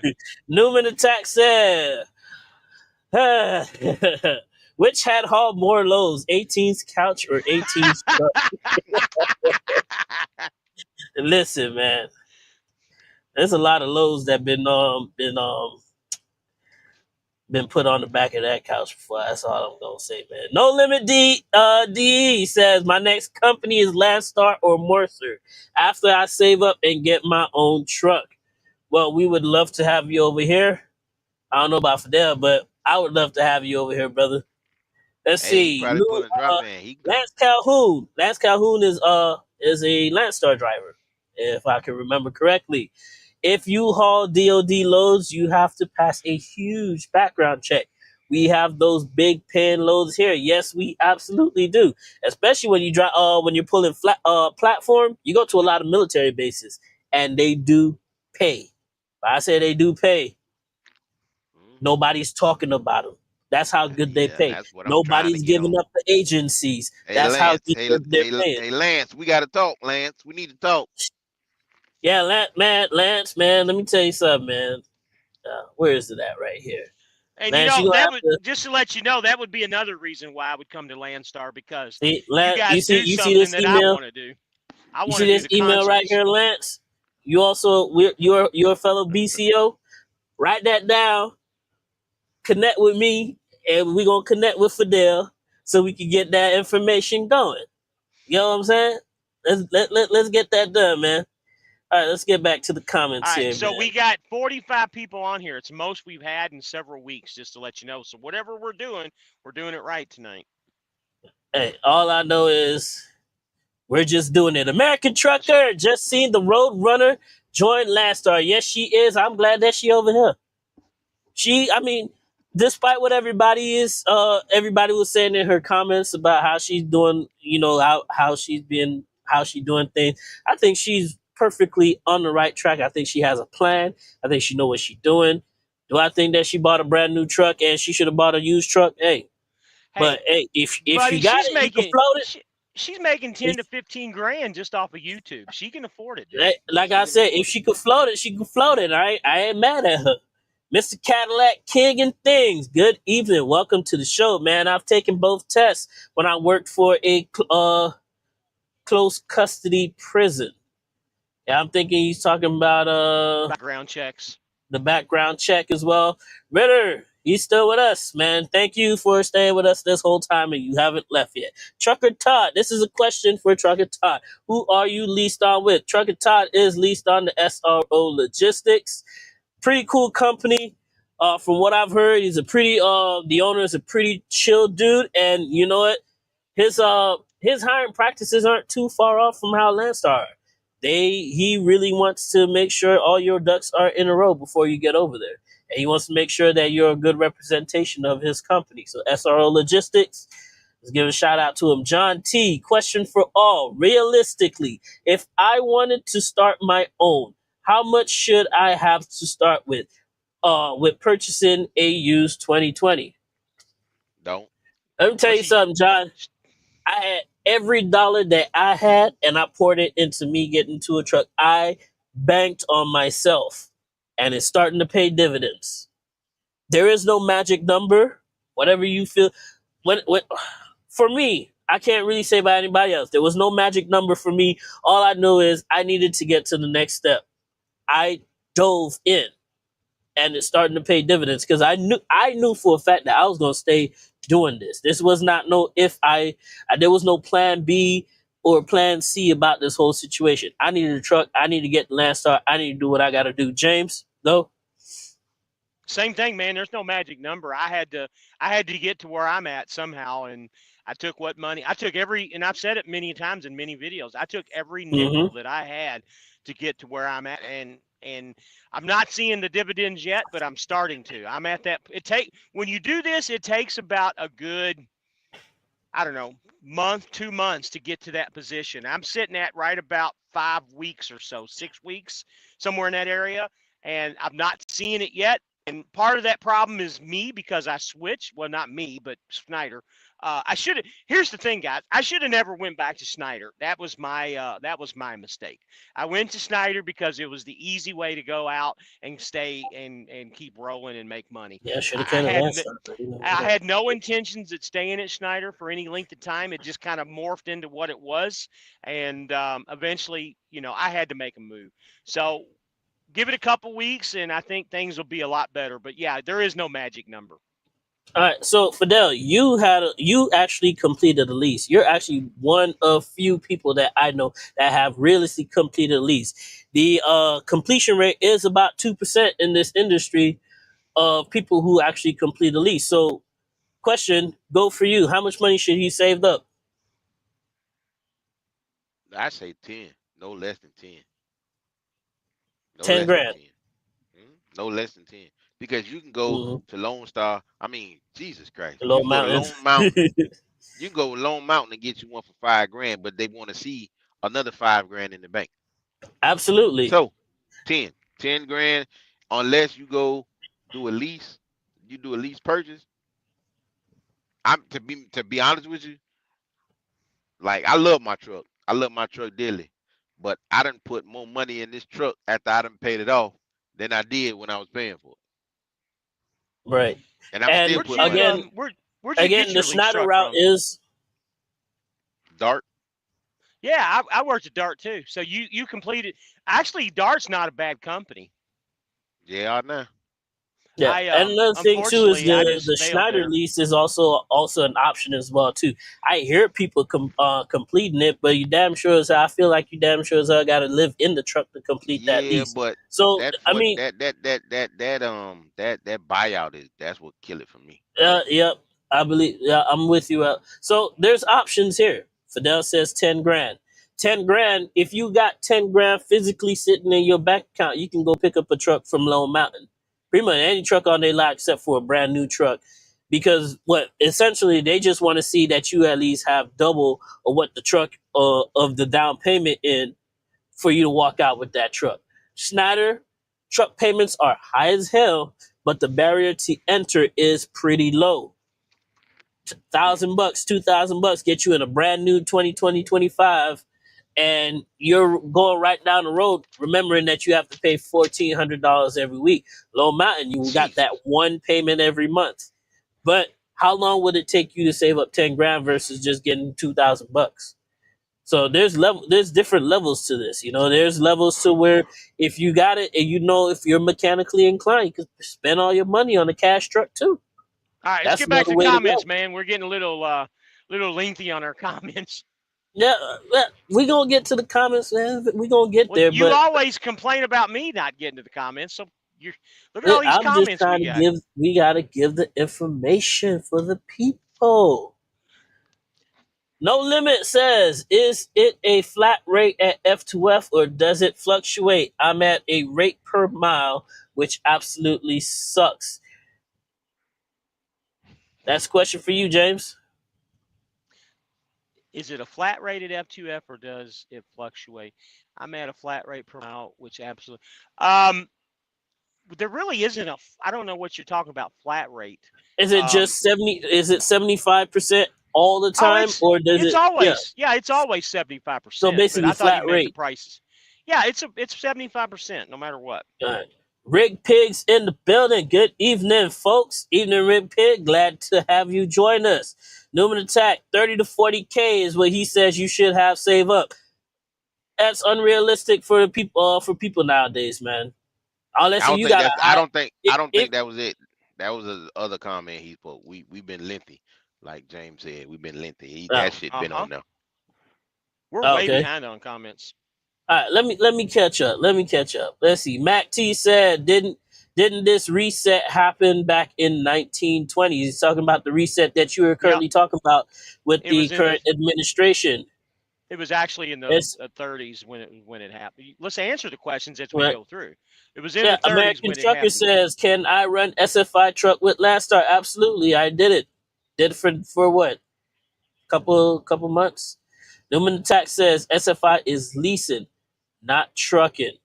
Lance Calhoun. Anyone notice Trump pardoned my favorite trucker, Trayvon Milton, the guy that pushed a non-running Nikola truck down the hill? Didn't see that. Interesting. Didn't see that either. Newman Attack is back, said, I misunderstood the question. Yes, you can run Landstar with SFI. Mac T. So, if someone is new to go to Hirschbach walkaway lease, didn't Jason Pope say it's a no-brainer? Ain't no such thing as a walkaway lease. There's no such thing as a no-brainer. There's no such thing as a walkaway lease. Listen, you got to pay some one way or another. You ended up paying whether you're gonna get your maintenance money back. There's no such thing as a walkaway lease. They're gonna hit you with something on the way out. They're gonna withhold your last check, keep your maintenance money. There's always something, boy. Say Michael Pierre, stay away from used trucks because most likely maintenance will put you out of business if you don't have the savings. I disagree with you, Michael Pierre. I feel like if you are slightly mechanically inclined and you can learn how to fix the small stuff, it will keep you out of the shop. For instance, I had an air leak on an airline on my transmission. I fixed it myself. Probably would have cost me a couple $1,000 just to put it in the shop, sit out, wait a whole week. You know what I did? I went on the truck, pulled the part out, went to the store, asked them, hey, do you have this part? You know how much that part cost me? $10. Put it in myself. Do you know how much it would have cost me if I put the truck in the shop? I would have lost a week worth of wages, and they probably would have knocked me upside the head for a couple $1,000s. It all depends on what you're doing. It all depends on what you learn. YouTube is a great place to learn something. You can get your bachelor's degree in the masters of everything. Exactly. Buy your own parts, put them in. Learn how to do the simple shit and leave the big stuff to the mechanics. You will save you a whole lot of money. A lot of people go down because they don't know how to fix the small shit.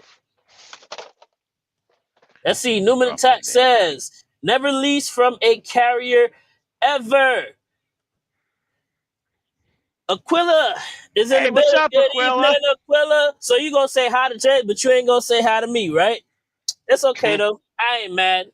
I ain't sad, even though you don't call me no more. It is what it is. You can definitely tell in your voice you ain't mad. Aquila, I'll give you a ring tomorrow, girl. Newman Attack says, never lease from the carrier ever. They own you completely. Yes and no. What Fidel was talking about earlier is, hey, learn how to lease. So while you're leasing, you learn how to do this shit. And then if it ain't for you, That's as far as you go. If You you learn want to how to take another make the step, truck payment. Yeah, you learn how to make the say, truck yeah, payment. You learn how to, you know how to fuel your truck. You learn how to dispatch yourself. You learning how to do the business part, so that way when you get out there absolutely. and you get your own truck, you can handle your business. At the end of the day, there's levels to this. You know what they used to say back in the hood? There's levels to this shit. If you gonna keep Mm. jumping from level 1 to level 10, you did not learn what happens in level 2, 3, 4, 5, 6, 7, 8, and 9. And you can find yourself in a funny predicament if you don't learn how to go these steps and just skip the step. Now, I'm not saying that it can't happen for everybody, because there are some people out here that just get their CDL, get in the truck, and they are just as successful. But those are few and far between. Just like leasing and completing a lease and actually getting a truck, it's few and far between. Not saying it can't happen, but it surely can.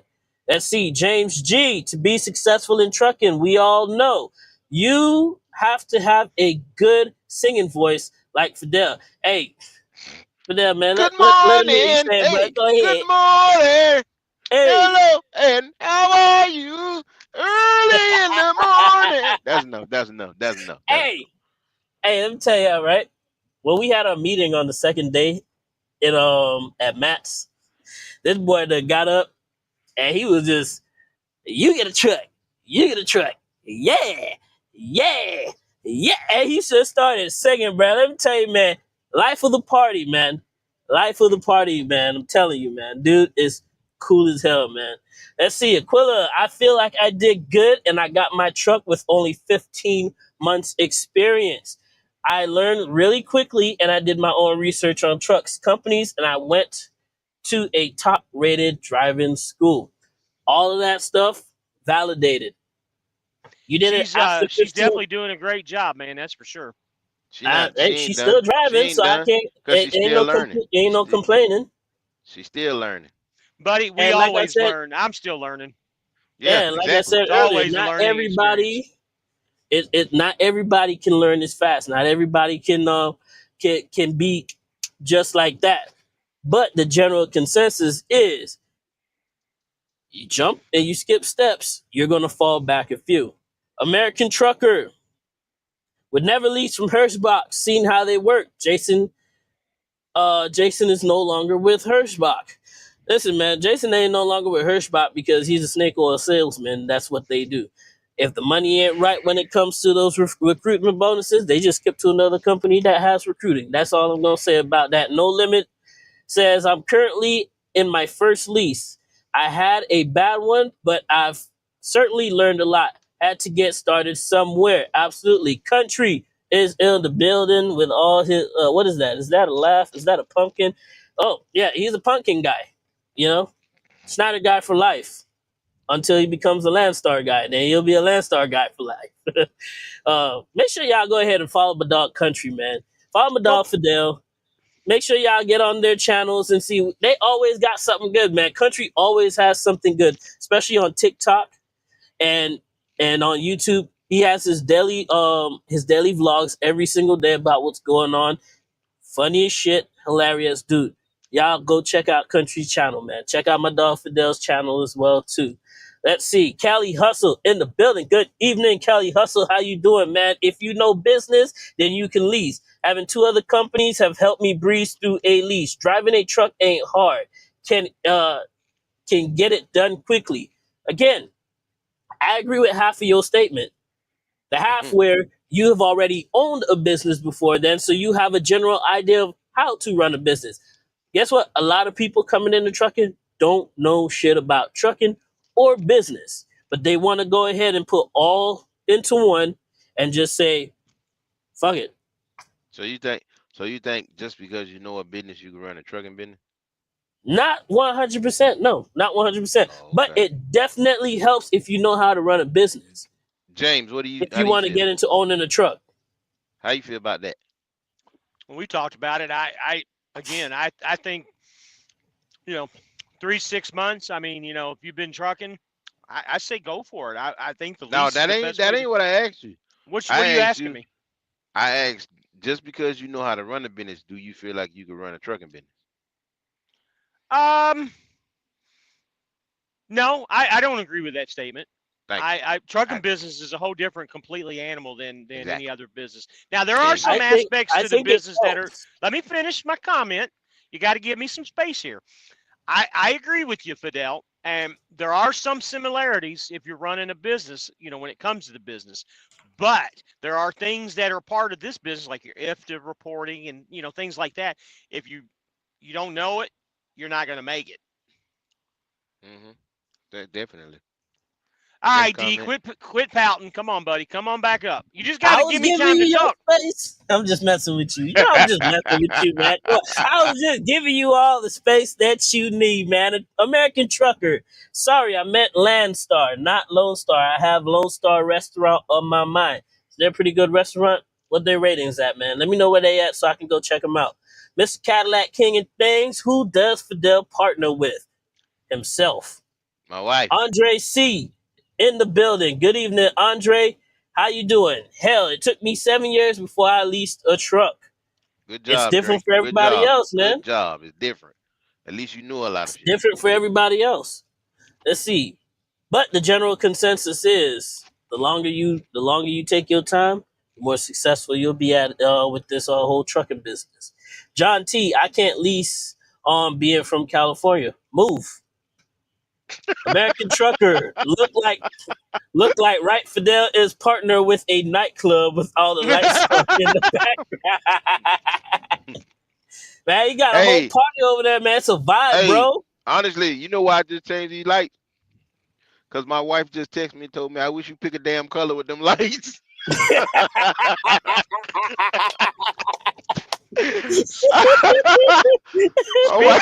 Speaking of the wives, my wife just texted me and said you're doing a fabulous job tonight, D.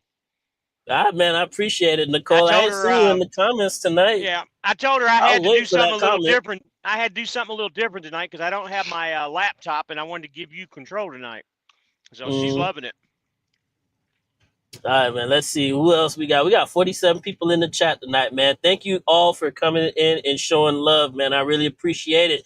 Michael Pierre, that's you, 18. Most people don't know how to fix things. And how many times you been at the shop since you got your truck? I've been at the shop, well, let's see. Since I've had the truck, right? Got the truck straight from the dealership. Went right back to the dealership to get a VGT actuator put on the truck. Then after I left dealership, I called a check engine light. It has something to do with the DEF system. Never got it fixed because you know what? If the truck ain't broken down, I'ma still run it. So there's that. I have lost coolant on the coolant line, so I had to get that replaced.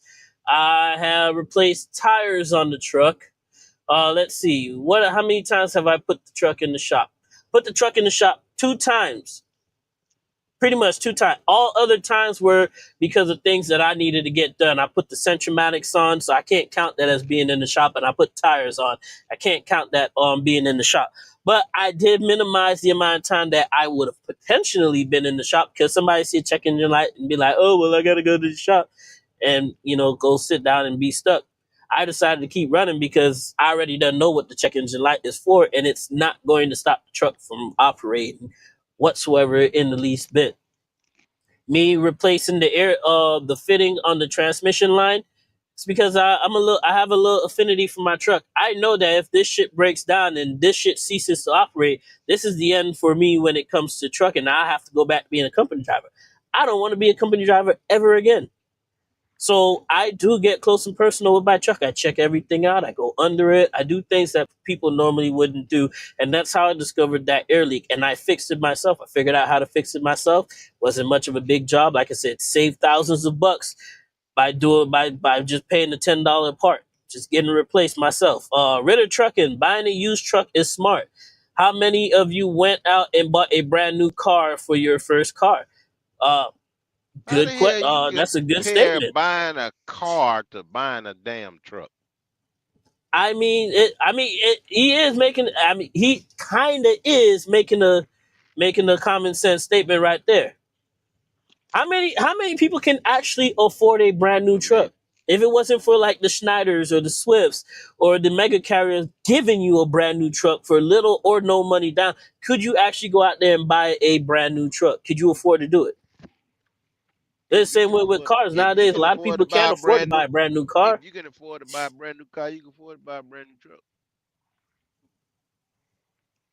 Well, we'll agree to disagree on that part, man. Let's see. Life in the Box is in here. Good evening, Life in the Box, man. Thank you for joining us tonight. Good evening. I started trucking in 96.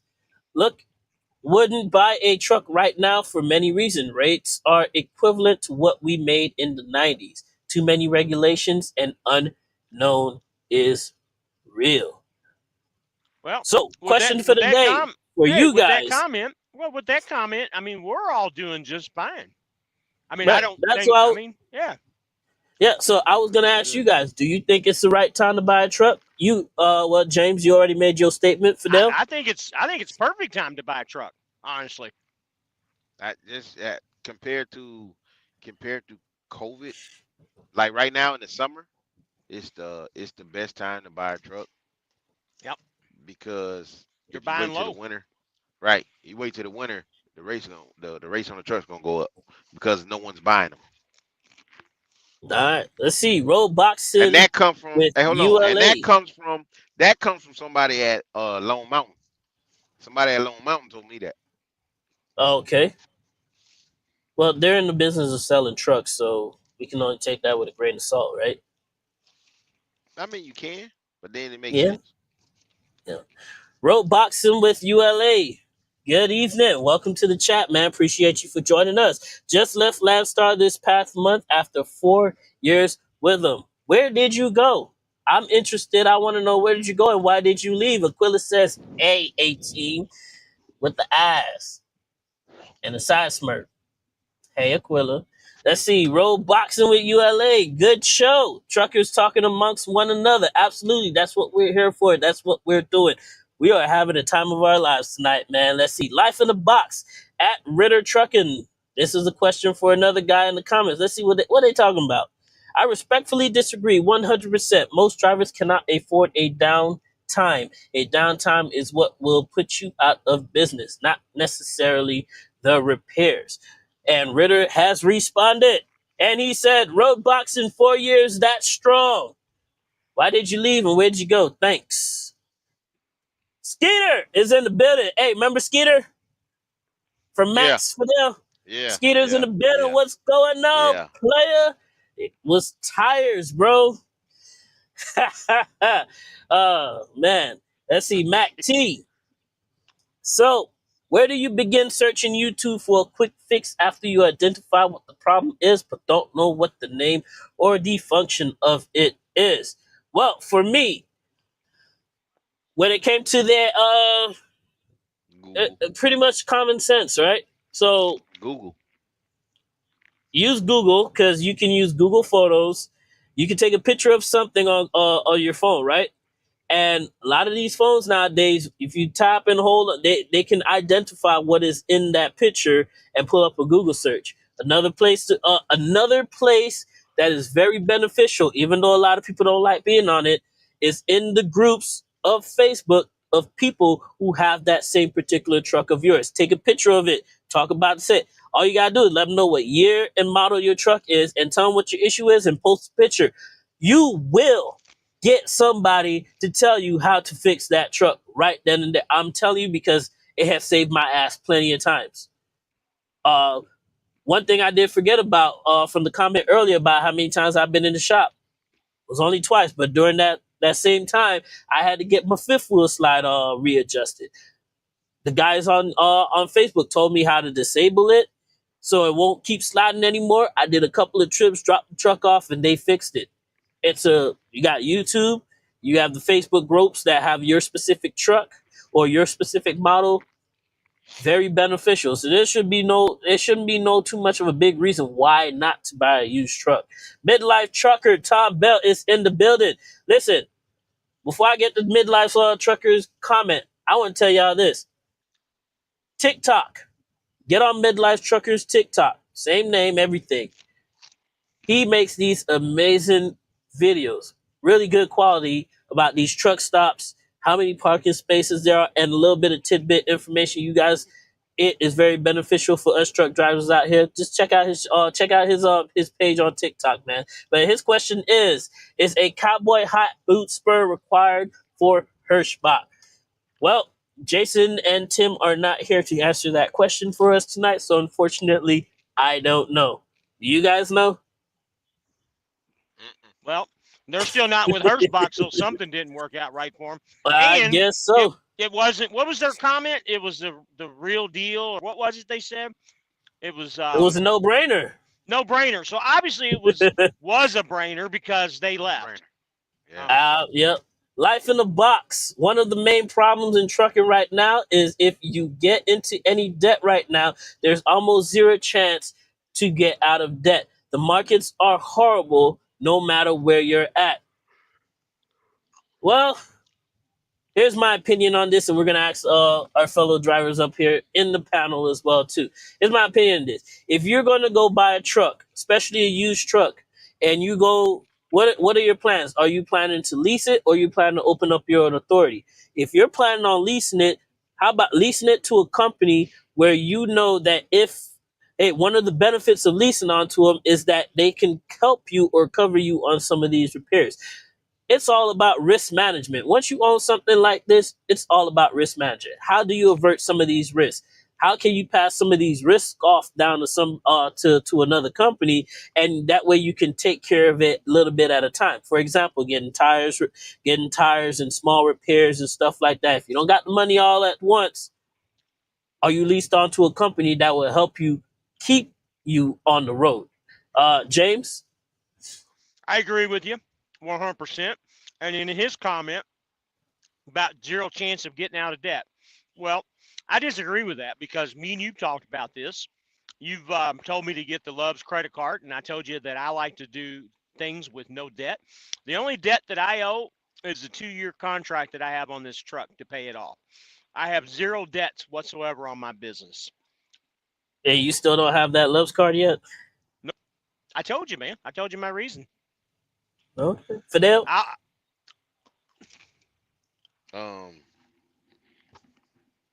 If you know what you're doing, you ain't gonna go in debt in the first place. Not if you know what you're doing, but if you know your operating costs, you're not gonna go in debt. Okay. Because you know what you're Let's doing. see. You know what down to the penny. You know down to the penny with every penny is gonna go. Last thing I want to do is become a company driver, man. Yeah. Last thing. If you know what you're doing, you ain't gonna go in debt. Stop trying to live above your means. Stop trying to live above your means. Absolutely, man. Good points right there, man. Ritter Trucking at Life in a box. If drivers buying their first truck could afford $4,000 to $5,000 a month or pay $170,000 to $190,000 cash for a truck, sure. Buy a new one every 4 years and write it off. That's what most companies do with their fleet. And let's see. Road Boxing with ULA says Ritter at Ritter. Landstar canceled my lease on a liability technicality. A bit of an effed up story settled on JB Hunt. So he's at JB Hunt now, and he lost his contract with Landstar due to some technicality. Hey, let's see if he tells us a little bit more about that in the comments. An insurance thing or something. It says almost quitting time. Newman Attack says Michael Pierre. You just made my point 18 for a truck you just got. What was your point again? Your point was buying a truck kept going to the shop. It kept going to the shop. I said, truck only been in the shop twice. And I averted going to the shop multiple times by learning how to do things on my own that helped me save thousands of dollars. I spent tens of dollars just to save thousands of bucks. Technically, I didn't prove your point. I just told you how to avert some of the pitfalls of owning a used truck. No truck is per se good. You could buy a brand new truck and roll off the lot and the transmission can fall out of it. Uh-huh. It's a That man-made is truck. true. And it It's a happens A all lot the of man-made truck. time. vehicle. It's a man-made vehicle. So all that people kill me with that. Why you ain't buy new? Cause you got warranties on it, and you know you got this warranty, and you got that warranty, and you got this, and you should have bought a new truck. Listen, if you buy a new truck or an old truck, you still gonna pay. So if you we have maintenance accounts. That's our truck payment. Or that's the extra money that we paying on our truck payment. We have a Mm-hmm. maintenance account. If you buy a brand new truck and you paying a $3,200 truck fee, guess what? That's part of your maintenance account. The warranty is part of you still paying for the maintenance regardless. But once your Right. warranty go out, you better hope the warranty don't go out on your truck before you finish paying for your truck. You understand what I'm saying? So it's I like got there's no perfect there's no perfect thing. There's no perfect truck. So stop saying that. Stop saying I wouldn't buy a used truck. I go brand new for what? Same thing can happen. You still gonna get a flat tire. You still gonna have bad brakes. You still gonna need an oil change. Your windshield wiper still gonna go bad. It's a damn you. name, man. What's the It's a difference between man-made buying a new vehicle. truck and a used truck? Everybody's talking about downtime. Guess what? In a brand new truck, you're going to have a lot. If your truck breaks down, you're going to have an extended downtime because dealerships don't like doing warranty work. They don't make money. They don't make much money Not off of it, and you are that's at the not back true. of the line. That's not true at all, That's buddy. not true. They That's not love true. doing. They don't make a lot of Yeah. money off. Yes, they do. They make money Yes, from they the do. But manufacturer. Absolutely, they you're know not for wrong. sure I that said they no. know I for said sure they they're don't getting make a paid. lot of money off of it. Listen But to they me. know for sure Being a they're guy getting that paid. being a Mhm. guy that worked in the car dealership, okay, it don't matter. They get paid, and trust me, they get paid very well by doing. They'll Mhm. push you out of the way as an independent operator and do the And warranty get to work the warranty. first Yep. because they're getting the guaranteed money immediately. I Exactly. I I disagree was with you on told. that. You're Well, told I wrong. was told by a mechanic himself You're told that wrong, when man. it comes to warranty work, they get a set rate and set amount of hours. Whether they go over or under it, they're getting paid the same amount. They would rather work on an out of That's not true. warranty truck because they're guaranteed they make more money that way. Hey, That's I'm not just true. telling you what a mechanic Yeah. told me. I'm I'm just telling telling you what you, a being mechanic in the told me. business, I know that's wrong because they'll push you out of the way to do the warranty work first Like I said, because they're I'm just telling you what the guaranteed to get mechanic. paid. Well, I'm telling I, you, yeah. you were in the business, but I'm telling you about the dude that fixed the truck. What he told me. But But we can agree to disagree. he's just a company guy because he works for the company. He doesn't know the real business. The boss that runs that business is going to tell him put that fucking warranty truck in there first. I promise you, they make money off of that from the manufacturer. Yes, it I is didn't a say they set didn't make rate. money, but they're It's not a making set. the It is same a set. amount. I'm telling you, D, you're not listening to me. It's guaranteed money. Even Fidel agreed with me. It's guaranteed money, whether it's a set rate or not. They're going to put that guy in first because they don't know if you have the money to get your truck fucking fixed. Think about that for a second. Think of that statement you Listen, just said. I'm just going off of All right, Bro, what a let's person go bro, to that the I fixed can the truck. comments. We can agree to hold on, disagree. one more thing, and then we go to comments. I can use my truck for an example. I bought 6 new injectors for my truck. All of them got a 2-year warranty on them. The injector messed up on my truck a week after I got the injectors put in there. I took it to the Freightliner. Freightliner found out that it was a warranty on the truck. The truck was done in 2 days because they know they Okay. were getting their money.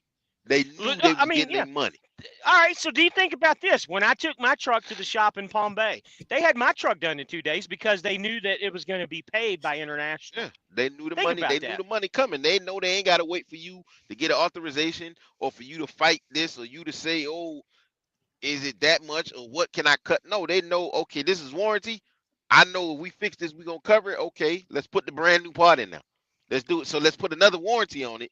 So that way, if it Mhm. goes bad again, we're going to get some more money off of it. All right. I mean, like I said, that's your experience. I can't knock what you experience. I can't knock what James' experience was either. All I'm just saying is I'm just telling you what a mechanic told me. You know, if that's his truth, that's his truth. But we can all agree to disagree. Newman Attack says almost quitting time. Gonna eat cake and watch porn. Hopefully, you can watch Pornhub in the state that you're in. Because fun fact, not everybody can watch Pornhub anymore. Don't Oh ask my me how God. I know. Oh Michael Pierre says, that's why I said you have to have a savings before buying a used truck. I agree with you. If you can have a savings, great. It'll definitely soften the blow and help you out in the long run. Callie Hustle says, perfect time to buy a truck and stock. Especially when the markets are down, that's the best time to buy. It's what they always teach you, right? It's what they always say. Buy when it's down, sell when it's high. Keep when it's high, and then it goes back down. Don't sell. Wait till it get back up again. Then sell again. Some shit like that. Newman Tack says, I want to ask a Hirschbach driver some questions. What gay bar do they all hang out with? Hang out in?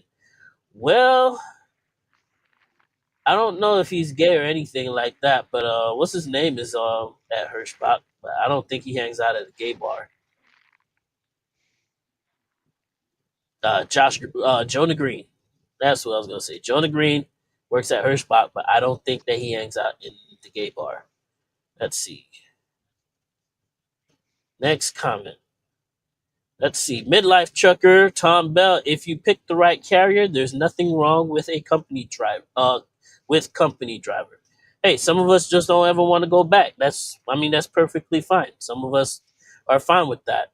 But boy, KO, he's back being a company driver. He's okay with it if it works for him and if it's in his plan. He know what his plan is. He's getting back out on the road. He's doing what he got to do to get back up. It's just part of his plan. It is what it is. Some people just don't want to be a company drivers ever again. Aquila, the best time is when you are financially ready. You have to have a game plan and be financially ready. I recommend $15,000 to save up in your savings account. Life in the Boxes is agreeing with Tom Bell, and we have too many out here that shouldn't be owner operators. Absolutely, we have too many out here that have CDLs that shouldn't have CDLs in the first place. Many company drivers make more than many owner operators. That is also true as well. Sometimes it's not about the money, but it's about the freedom. I mean, it's always about the money too, but freedom's always nice as well too. And nothing's wrong with being a company driver. Hey, whatever works for you is whatever works for you. Midlife trucker, lease to a carrier that has freight where you live. If you live in Florida, leasing onto a Western 11 carrier isn't going to work. If you like, it's if you like you marry. It's like you're married. It's like a marriage. No, like with everything in life, it is a relationship. I'm not so sure that the 11 Western state carriers will even bring you on if you live in Florida. No, they won't. A lot of companies won't do that. Not a lot of Eastern carriers won't even lease you on or hire you if you live south of Orlando.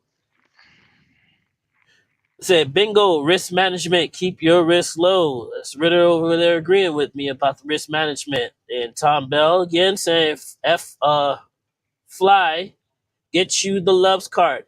Hey, I've been telling him. He said he don't want to get it. It's part of it.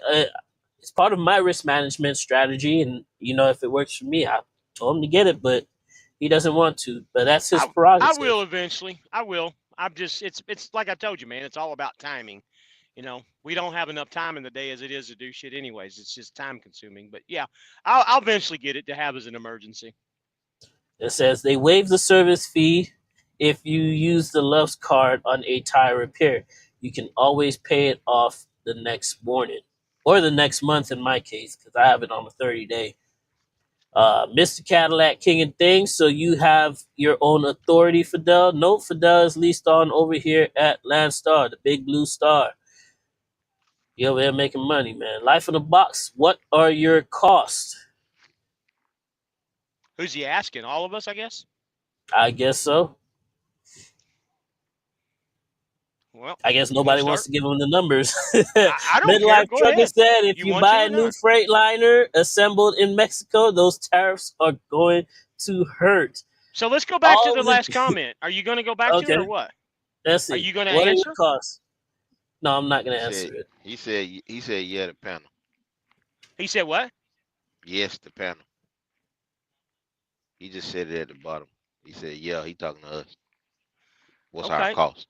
Mine's real easy. My truck payment's less than $1,000 a month. So that's my cost. And my insurance is like $32 a week. So there's my cost. I mean, mine's pretty simple. So Pretty, what are you at, like $1,500 a month not on even fixed that. costs? Not even that. 12-ish, 12, 13, All something right. like that. I'll hover A around month? 1,600 a month on fixed costs. Fidel? Man, my fixed cost is a month. You ain't got no truck payment, so My insurance is $140 a month, and Landstar, yeah, mine like $2,000 plus my land plus his trailer. yeah. Okay, I pay for the trailer. you do pay a fee for using the step deck, right? Yeah. Mhm. Yeah, my fixed cost is around 1,500 all in, give or take, a month. And Tom Bell's talking about Freightliners assembled in Mexico. Well, I guess Volvo will be the only truck manufacturer that's not getting tariffed the hell out of, because they make their trucks here. Well, Freightliners are made in Charlotte, North Carolina. I know they make some in Mexico, so that's not always true. And you can go to TikTok and see this too. I think all the manufacturers are going to get these tariffs. It doesn't matter if it's assembled, it's about the parts content. So every one of these trucks has parts that come from China, Japan. You think of all the electronics, not all of it. All of them are going to get affected by the tariffs. I don't care what anybody says on here. It's the truth. And So again, not the only are tariffs, the tariffs hold on. coming on the parts, they're Yes, coming on everything. the final product as well too. Yes. So The tariffs if you are have a the good part, thing. The tariffs are a right? good thing because it puts America. We've been giving shit away for so many years. And Tom, I know you know this stuff, and I'm not repeating anything you don't know. We have been giving shit to other countries for so many years, and we haven't put a big high tariff on anything. All we're doing is evening the playing field with this. And I'm not trying to get into a political thing, but that's exactly what's happening. The only country left that's out there that's not wanting to play ball is China. And unfortunately, China has a lot of products that our country uses, but eventually I think they will fold. But go ahead. What I was saying is that the tariffs are on parts themselves and finished products. So the truck that's built and assembled and finished in Mexico coming for sale in the U.S., it's probably going to be a whole lot more higher than the truck that is being built in the U.S. from foreign parts, Yeah, but finished in the U.S. So it's like that's exactly. it's like a double tariff or something on the outside truck, Yeah. something like that. That's why it makes sense to buy a used truck. You get tariff. Peterbilt I think you're right. It's double tariff. You get a tariff because you're buying it from out of the country, and then they get a tariff put on it from coming out of the country, coming into the country. So I know Peterbilt has a manufacturing plant in Texas and Mexico. International, I do not know if they build anything here, but they are built in Mexico. Freightliner, you said South Carolina, Charlotte, North Carolina, right outside of and Charlotte. and Mexico as well too. Kenworth is built in Washington, I believe, and Ohio. Mexico. Chillicothe, Ohio. And Ohio. Yeah, Ohio. Yeah. So there you guys have it, and I believe and maybe Canada as well too. Peterbilt's built in Denton, Texas. Newman Attack's putting all these places where. Isn't Mack built in Georgia, right? No, Mack is built in Pennsylvania. Big Mack. In Pennsylvania. Pennsylvania. Okay. Yeah. See, yes, James International is in Mexico. Yeah. Speaking of maintenance accounts, what percentage do 18 and Fidel put in voluntary escrow at the start? I put 5%. I might bump it up to 10 though. I put 5% in mine. And that's about, give or take, about $1,500 a month going in, depending on how my loads are stacked. So, just Jake Kwan says cash will get you out the door faster than a warranty. Absolutely 100% agree with you, because they don't have to wait for that money to come in. It is right there in their face. It's not them waiting for the money. It's not them waiting for the money. It's just a headache. It's a hassle going back and forth. That's it. With the warranty people, sometimes it's just a hassle for them to go back and forth with the warranty people. But They know they're gonna get their money. You know, let me clarify something here real quick, D. And I think we kind of misunderstood. When it comes to warranties, we were talking about new trucks. When it's the manufacturer does the warranty, the money is instant. When you deal with these aftermarket warranties like what you guys have, what he's talking about going back and forth, your mechanic is probably thinking of that. When it's a manufacturer, it's easy and it's good money and it's instant money. I mean, within 24 hours. With these little warranty companies, it might be several weeks or months sometimes before they get their money. So that's probably what you're thinking about with your mechanic, clarifying that. Yeah, I got you. Yeah. I got you. Anthony says depends on the warranty. I guess it's still talking about the same thing we're talking about. Ritter is out for the evening. I'm out, fellas. Good stuff tonight. James, hope you catch you off the air. 18, way to come alive tonight, brother. I appreciate you coming in and showing love with us.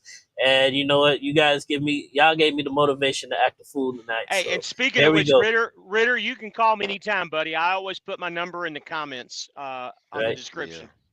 Because I'm about to go Ritter get me texts me all the time as well, too. So, you know, he already got my number.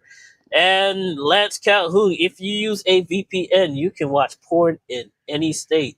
Don't ask me how I know that, too. Jonah Green says, no, I don't hang out at the game.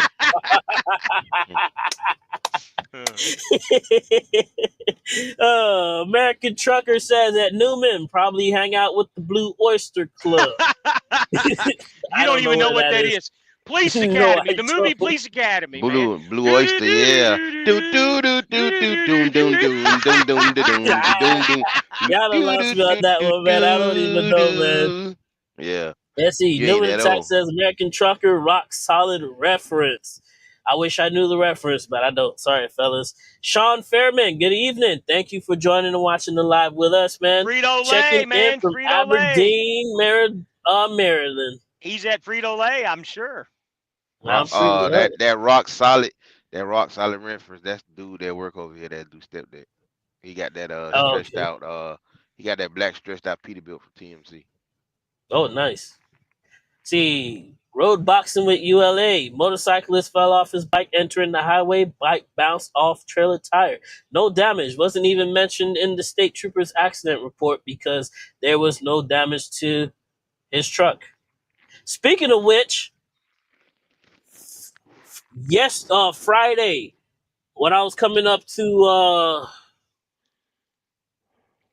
Louisville, freaking one of those guys, you know, those pickup trucks always got those old trailers with them hanging off the back of them. Old trailers looking like there's like 2 bumps away from being destroyed on the road. Yeah. So guy was in front of me and he lost freaking tire, bro. Like the tire fell off, went all the way over into the median, came over and hit my fucking truck, man. It hit me on the tire and the front bumper, and then I heard it was a big old pop. And then the tire just flew away and disappeared. And I pulled over. I just got little scratches on the wheel, little rash on. It's a good thing. My bumper isn't painted, but that's what happened. And I forgot to save the recording because, you know, that would have been a good thing for YouTube, but I never saved the recording, so it's already gone. Life in the Box says, yes, the panel. Road boxing with ULA says, truck or the trailer rolled on because it didn't immediately report it to claims. Canceled my lease. So that's how he lost his contract. Dang. That sucks, player. So the motorcyclist, he fell off his bike, and they didn't even put it in his state trooper report that he hit the truck because of no damage. But that fucking sucks. Yeah, you didn't stop. I think the issue was that you didn't stop. You didn't talk to him. You didn't make sure anything. You didn't call Landstar at the time, I'm guessing, and that's what happened. It's not a Landstar thing. That's an any company thing if you do that, man. Any company will do that. Yeah, it's all American Trucker says, do you all have health insurance? Mm-hmm. Well, I'm getting it. Let's put it that way. That's one of the reasons why I came back to F2F is because they actually offer it here, and it's I got one through priced. I got one through the company Landstar work with, True North. True North. Okay. Yeah. Yep, and that's the same company that I'll have too. What about you, D? No, I don't have insurance. I drink tea. Newman Attack says Kenworth are made in Chillicothe, Ohio, and he said Peterbilt are made in Denton, Texas. Well, maybe I need to start drinking tea, huh? Hell no. Oh, man. Herbal. Herbal guy, man. Mac T says you might want to take Xmas and Thanksgiving off, but boss man or boss lady says we can't let that happen, and they take those holidays off. Freedom is more important to me. Absolutely, Absolutely. And absolutely. I don't know if anybody's ever worked those type of holidays, but nobody's fucking working. Nobody's open anyway. And So it go the fuck sucks. home. It Yeah. sucks. Absolutely. You know what's so good about being at Lancaster? I can make enough money. I want to be home. That my whole goal is I want to be home all of December this year. I know how much my truck costs. I know how much my payments and Shit. everything is. Take I'm care of that. I'm gonna take out the whole month of December. I'm trying to take off January, February, and come back in March. Shit, we make that kind of money, you can do it. Nothing's impossible, man. Midlife says International is in Mexicali, Kenworth in Ohio, Peterbilt is in Texas, Mac and Volvo is US, Max is actually UAW. Huh? You got any news articles? We never really talked about that.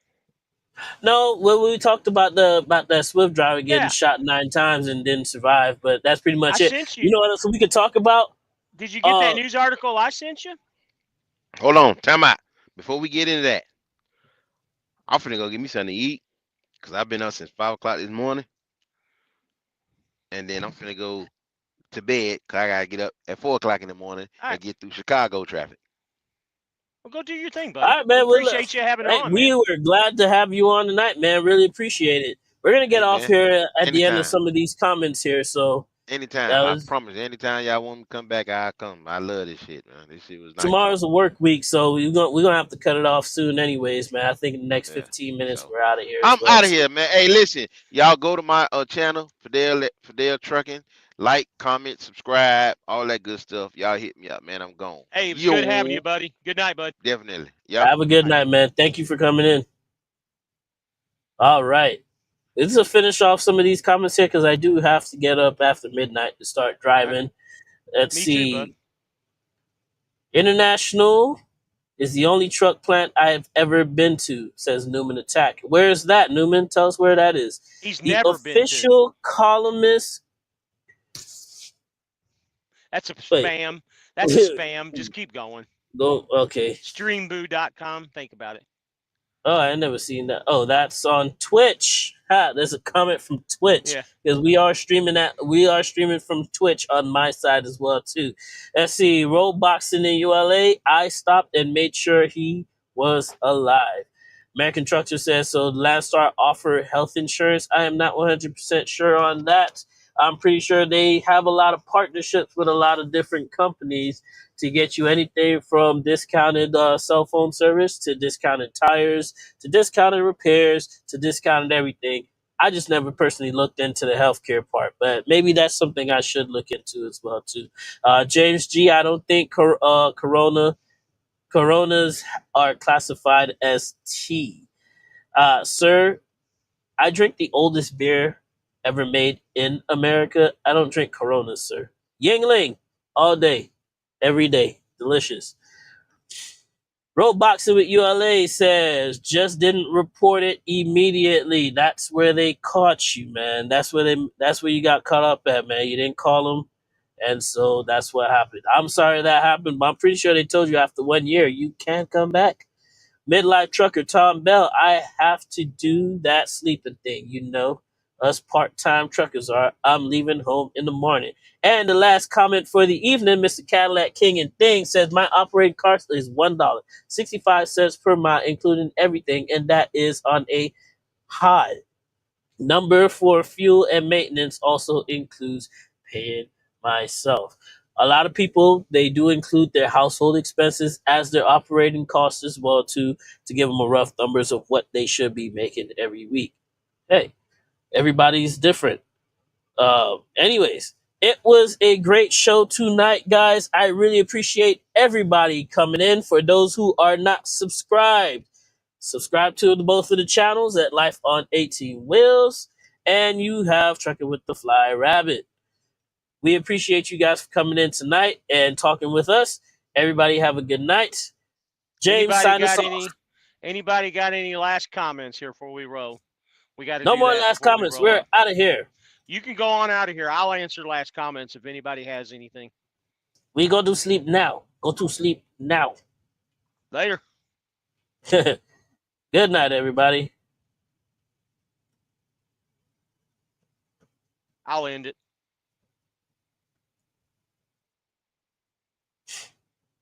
I guess there is no other comments, so go ahead and end it.